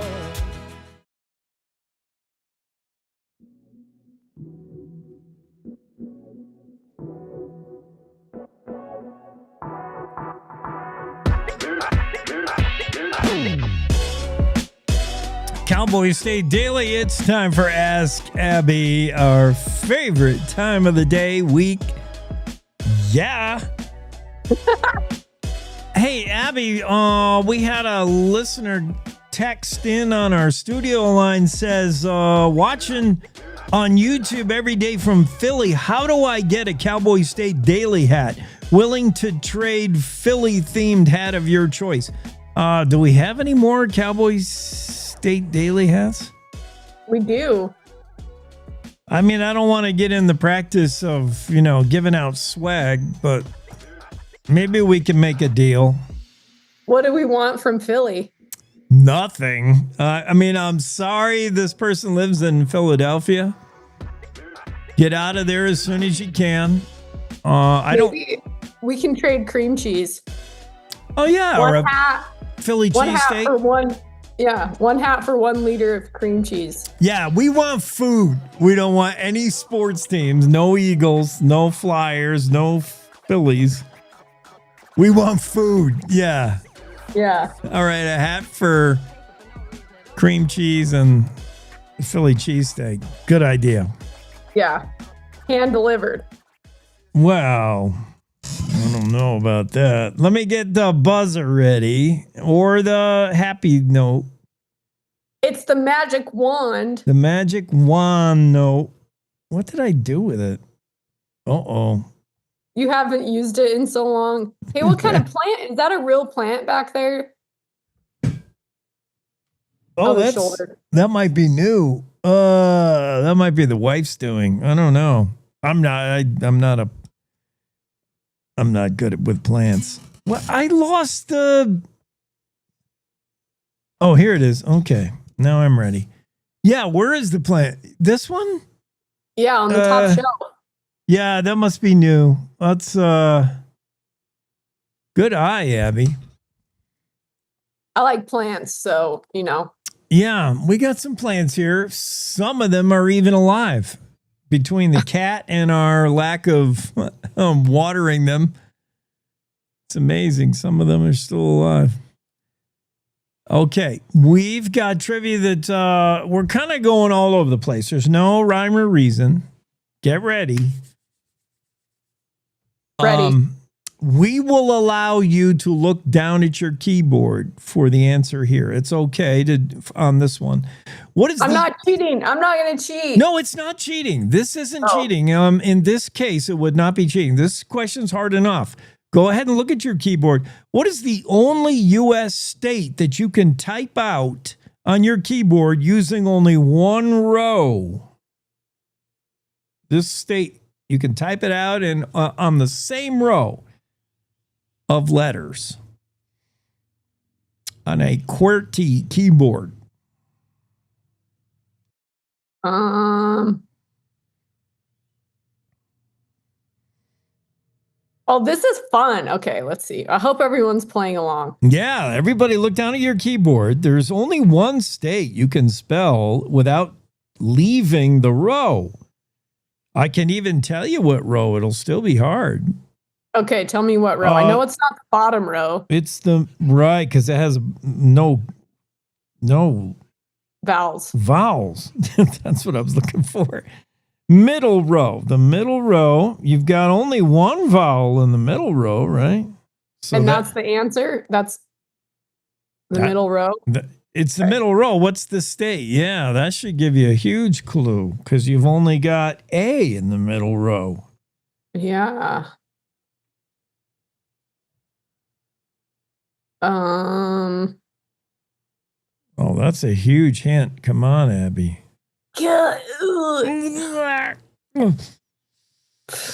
You can type the word flash, but that's unfortunately not a state. Oh, yeah, you can. We'll give you I'm a not seeing the bonus for that. Pat say Jack. We'll give you a bonus for Flash. Okay, big giant hint. It's practically Russia and Canada. You know that doesn't help me at all. Oh, come on. What state is in Russia and Canada? It's like you can spit on Russia from this state, and it's attached to Canada. Oh, boy. Aren't there more than one? Isn't there more than one state attached to Canada? Well, this one is it's like it's surrounded by Canada. Now I need to look at a map.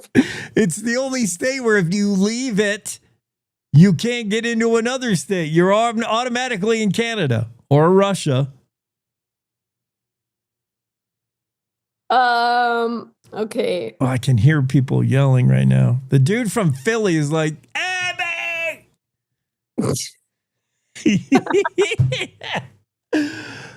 Oh, my goodness. I'm panicking under pressure. You are. What does this start with? I'm buzzer. You've had enough hints. I give you the row of the keyboard. I give you the biggest hint of all. It's pretty much Canada. And you can wave to the Russians from there, like, hi, Russia. Do you need a map? Yes. Oh, my. Woo. That hint worked because remember that lady that ran for like vice president and she was like, yeah. Yes, the one who shot her dog. No, wait, that was Kristi Noem. The one who, yes, I know who you're talking about. What was her name? Yeah. And she was like, I can see Russia from my house. Yes. In my backyard. That's who was that? Oh, now I feel bad. Now I'm happy. Alaska VP. I can see Russia. Palin. You're right. Yes. I Googled it. I cheated. Good job. Sarah Palin. Right. God, whatever happened to her? I don't know.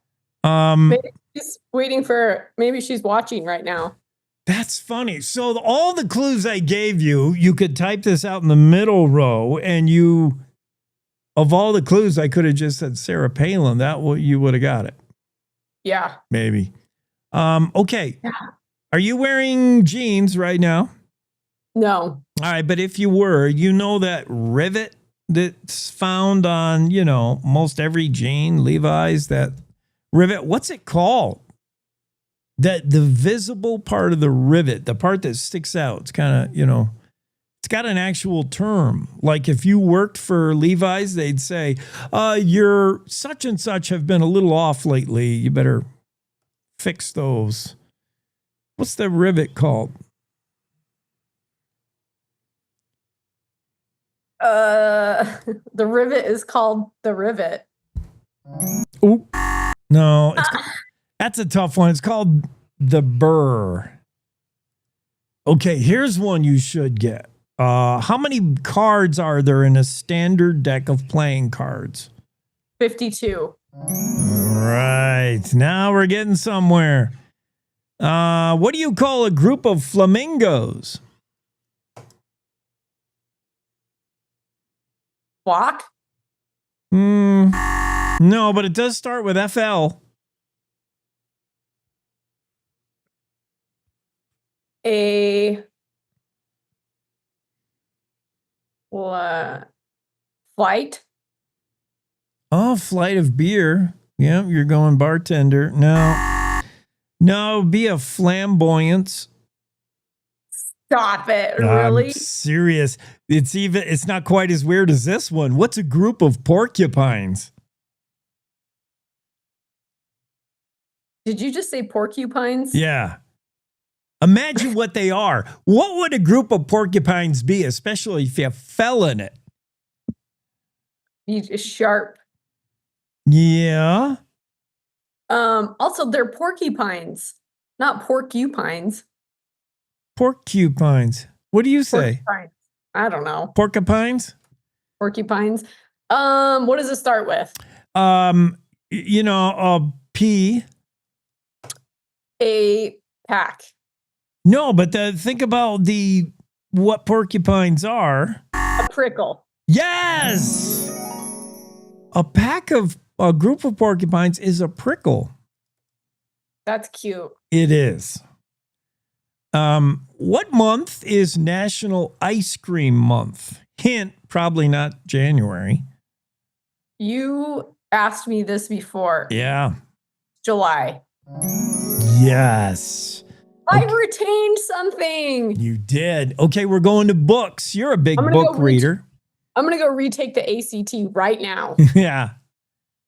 Okay, what? You're a big book reader, so we're going to novels now, famous novels. I'm not a big book reader. Why are you making up facts? I'm trying to give you encouragement. In the Charles Dickens novel that begins with a sentence, "It was the best of times, it was the worst of times." What's the name of that book? Dickens. I should know this. It's famous. You've asked me this. No, I don't think so. Yes, you have. And I didn't know it when you asked me. And my friend Jordell was like so disappointed. Give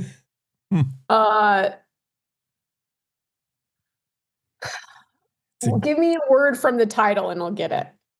It has to do with London and Paris. Dickens. A Tale of Two Cities. Yes.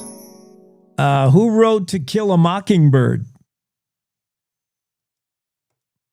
Looking for the author. Charles Dickens. No. Edgar Allan Poe. Sorry. No, it was a one-hit wonder, kind of. You'll never get it. Harper Lee. Who? Harper Lee? Harper Lee. What 1949 science fiction book by George Orwell describes a dystopian world in the future? Oh, I know this. Yes, you do. They made it into a movie, didn't they? I don't know. Maybe. People often reference this. Farm? No, but that's a good guess. What's that book? Yeah, that's similar. It has to deal with similar topics. We're looking for a book that is its title is a year. What year? Oh, I don't know. 1984.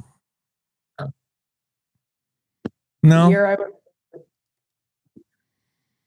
Okay, that's actually not the year I was born, but close. Okay. Okay, crushing the book trivia. Let's All go. right, let's go a little bit of history here. What the U.S. purchased the Louisiana Territory, the Louisiana Purchase, which then Lewis and Clark went out to see what it was the United States bought. Who did we purchase Louisiana Territory from? What country owned it?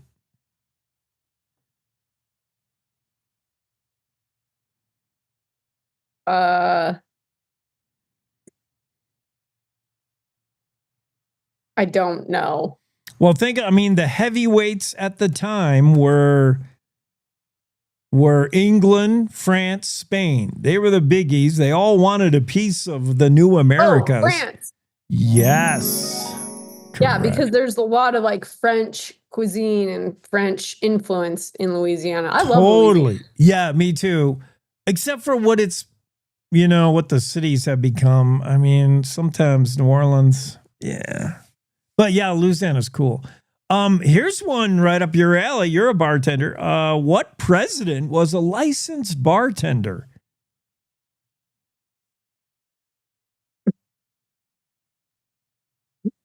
Probably not any recent ones. Yeah, true.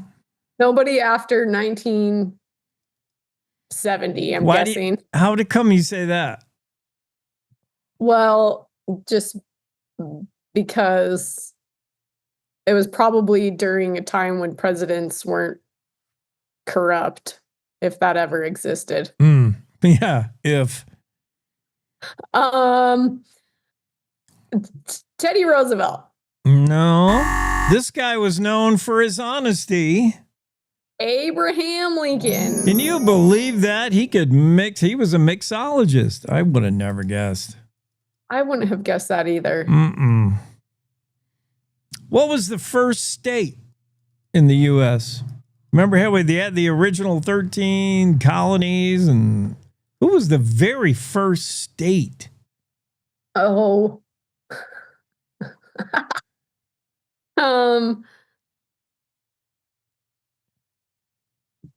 I should know this. Oh, it's so humbling coming on this show. The first state, man, my U.S. history teacher is just in his or her grave. I don't even remember who my U.S. history teacher was, if they are still alive. If not, rest in peace. Some of these are tough. I wouldn't have gotten this one. I mean, you could guess. Just take a stab. It's going to be one of those, up there in the Northeast. It's not New York. No. Vermont.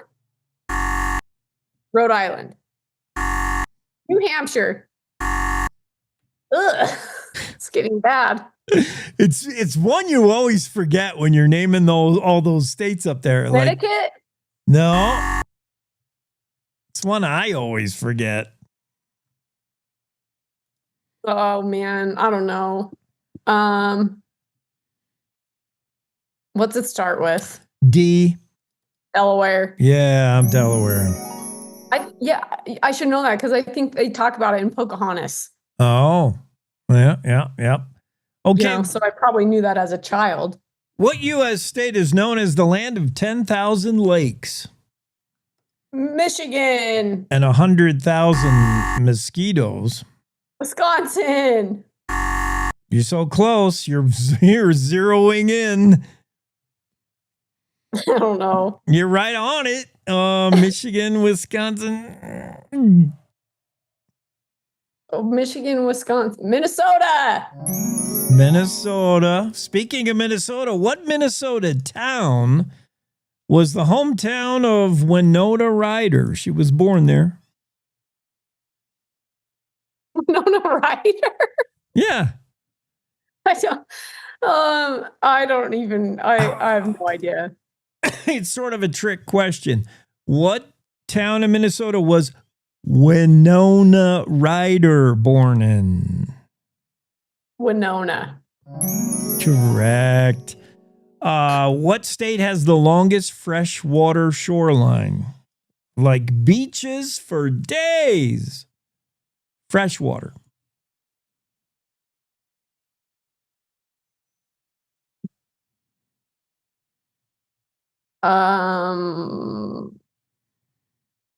It's not Minnesota. Close.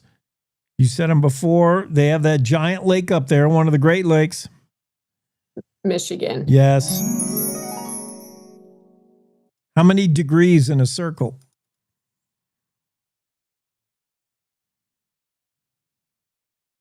360. Trust your instincts, Abby. How many pounds in a ton? Ooh.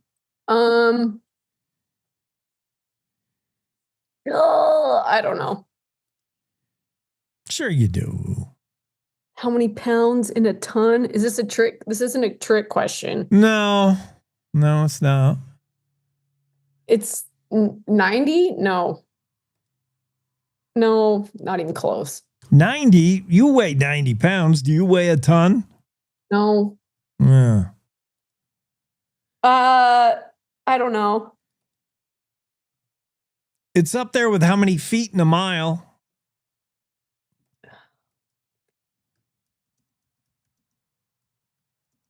I don't know.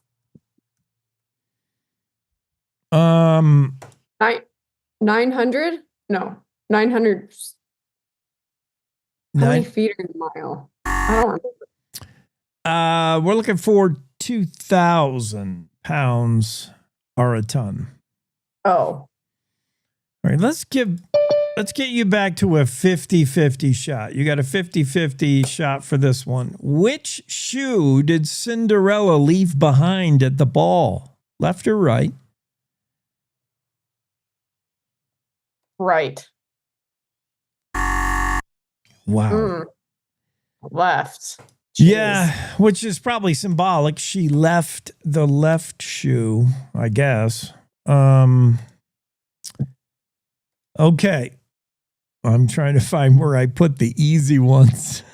According to the U.S. Census Bureau, which state has the shortest one-way commute to work? If you lived in this state, your drive to work is the shortest. Delaware. Oh, I like the way you came back to, no, it's a neighbor of Wyoming. Idaho?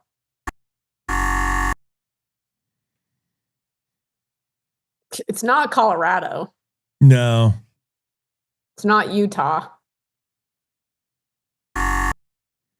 Please give your answer in the form of an answer. Not Montana. Don't tell me what it's not. What is it? Boy, you've almost... Yeah. South Dakota. Yeah. Okay. Here's a sort of a true or false. True. This, on average, which grows faster? Your fingernails, toenails, or they grow at the same rate? Your fingernails. Yes. That's obvious, right? You have to trim your fingernails more than your toenails. Okay.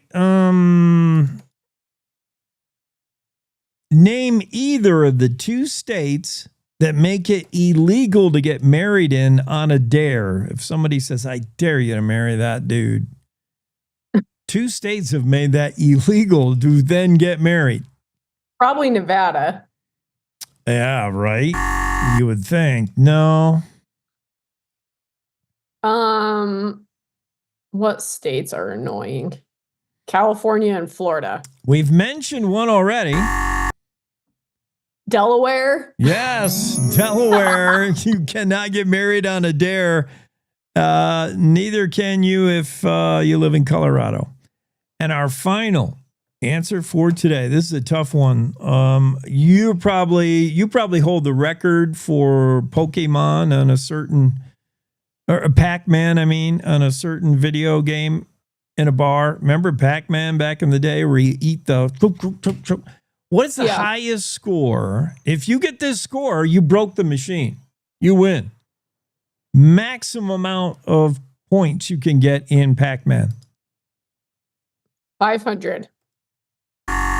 Much higher. 2,000. Much higher. 500,000. 1,000,000. Higher? Yeah. Higher, Bob. Higher, Bob. Higher, Bob. 3,333,360 points is your max for Pac-Man. That means you're probably there for days. At that point, the bartender is like, we're closing up.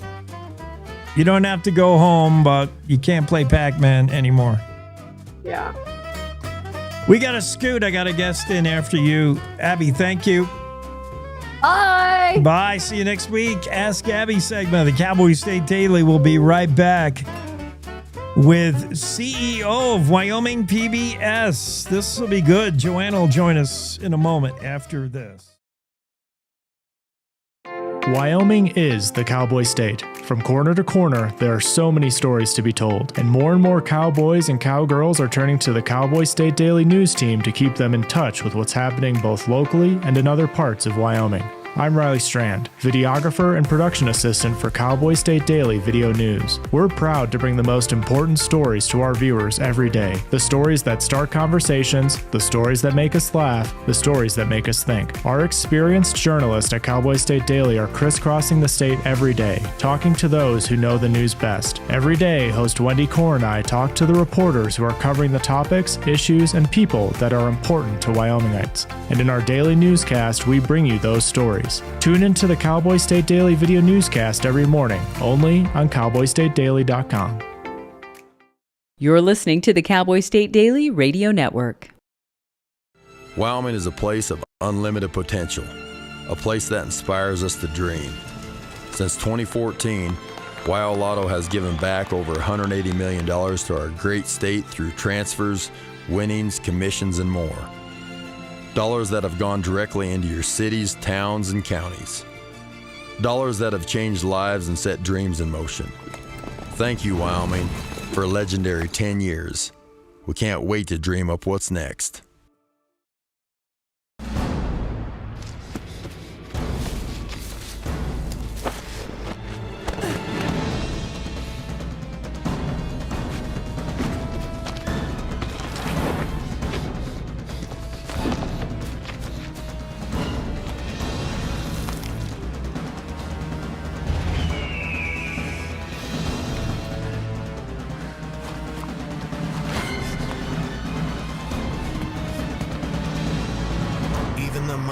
Might not see it coming.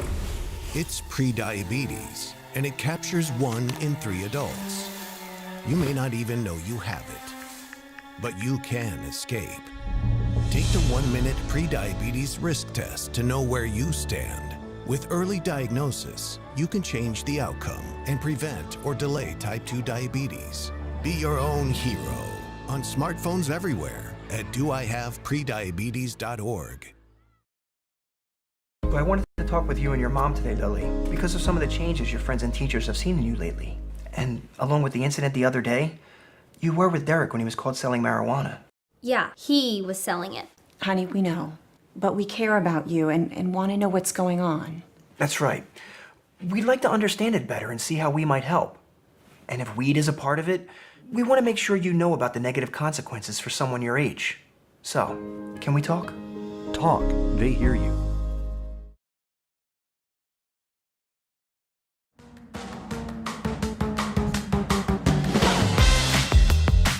Cowboy State Daily Show with Jay continues here on a Thursday. Into the discussion, into the Zoom room, we welcome the CEO of Wyoming PBS. It's Joanna Cal. Joanna grabbed that job in September of 2023. I love the job interview. Joanna, the guy who had the job before you said, "Where do you picture yourself? What's your aspirations?" And she said, "Your job." And he said, "That sounds like a good idea." And you got it. Wow.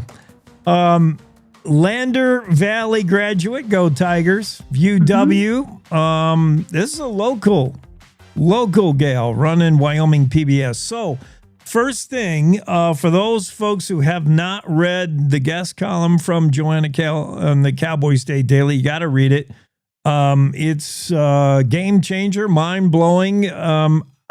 Once I saw your title, CEO of Wyoming PBS, I thought you were going to rail on the administration, the feds for clawing back the money, taking the money right back out of funding, and you were the opposite. So I have to understand how PBS works or is supposed to work, Joanna, and why Wyoming PBS and each state, I think, is different. What is it? It's a nationwide network, or is it not? What is it, and what is Wyoming PBS? Why is it different from what we picture as PBS? Well, thank you, Jake. I really appreciate the opportunity to explain this incredibly confusing situation that we have and relationship really that we have as public media television stations. So public broadcasting service was created after public media television and public radio stations were created in the United States. It was created as a service. And the primary reason for that service is to provide programming to television stations. So it's really a content distributor. And that's why it is indeed public broadcasting service.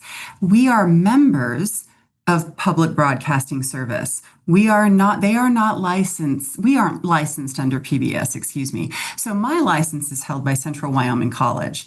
So we are a completely independent television station, the only public television station in the state of Wyoming. So PBS itself is incredibly helpful because it provides content.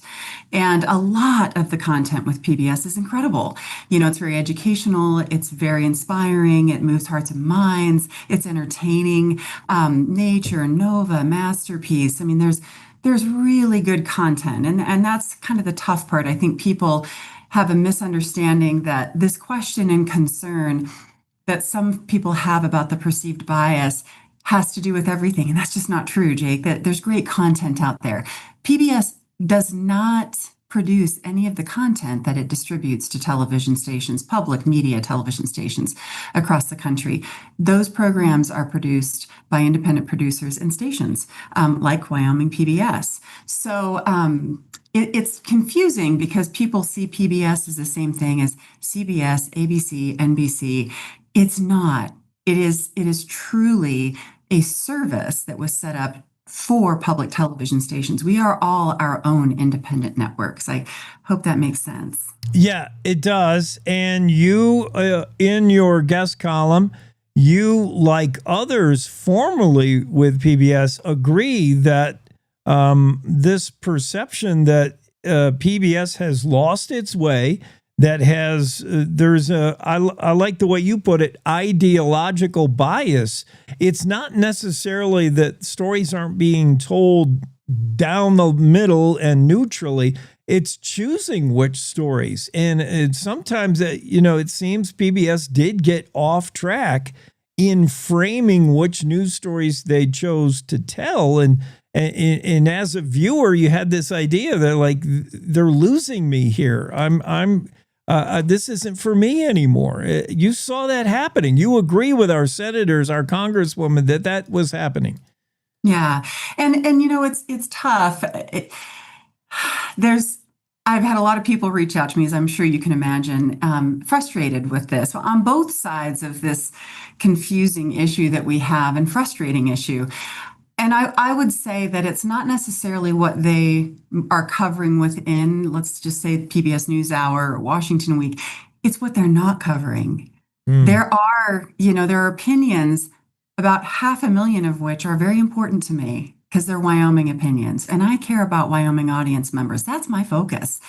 PBS is a focus of mine because they provide this incredible content, some of which is missing the boat. They're not listening. They're not listening to rural America. They're not listening to middle America, Mountain West, Midwest, the High Plains, the South. They're really representing, I think, the two coasts.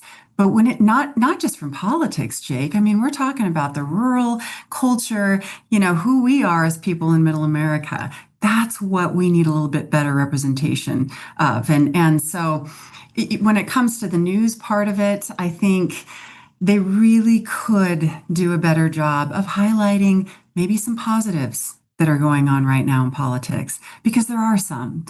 And the opinions differ.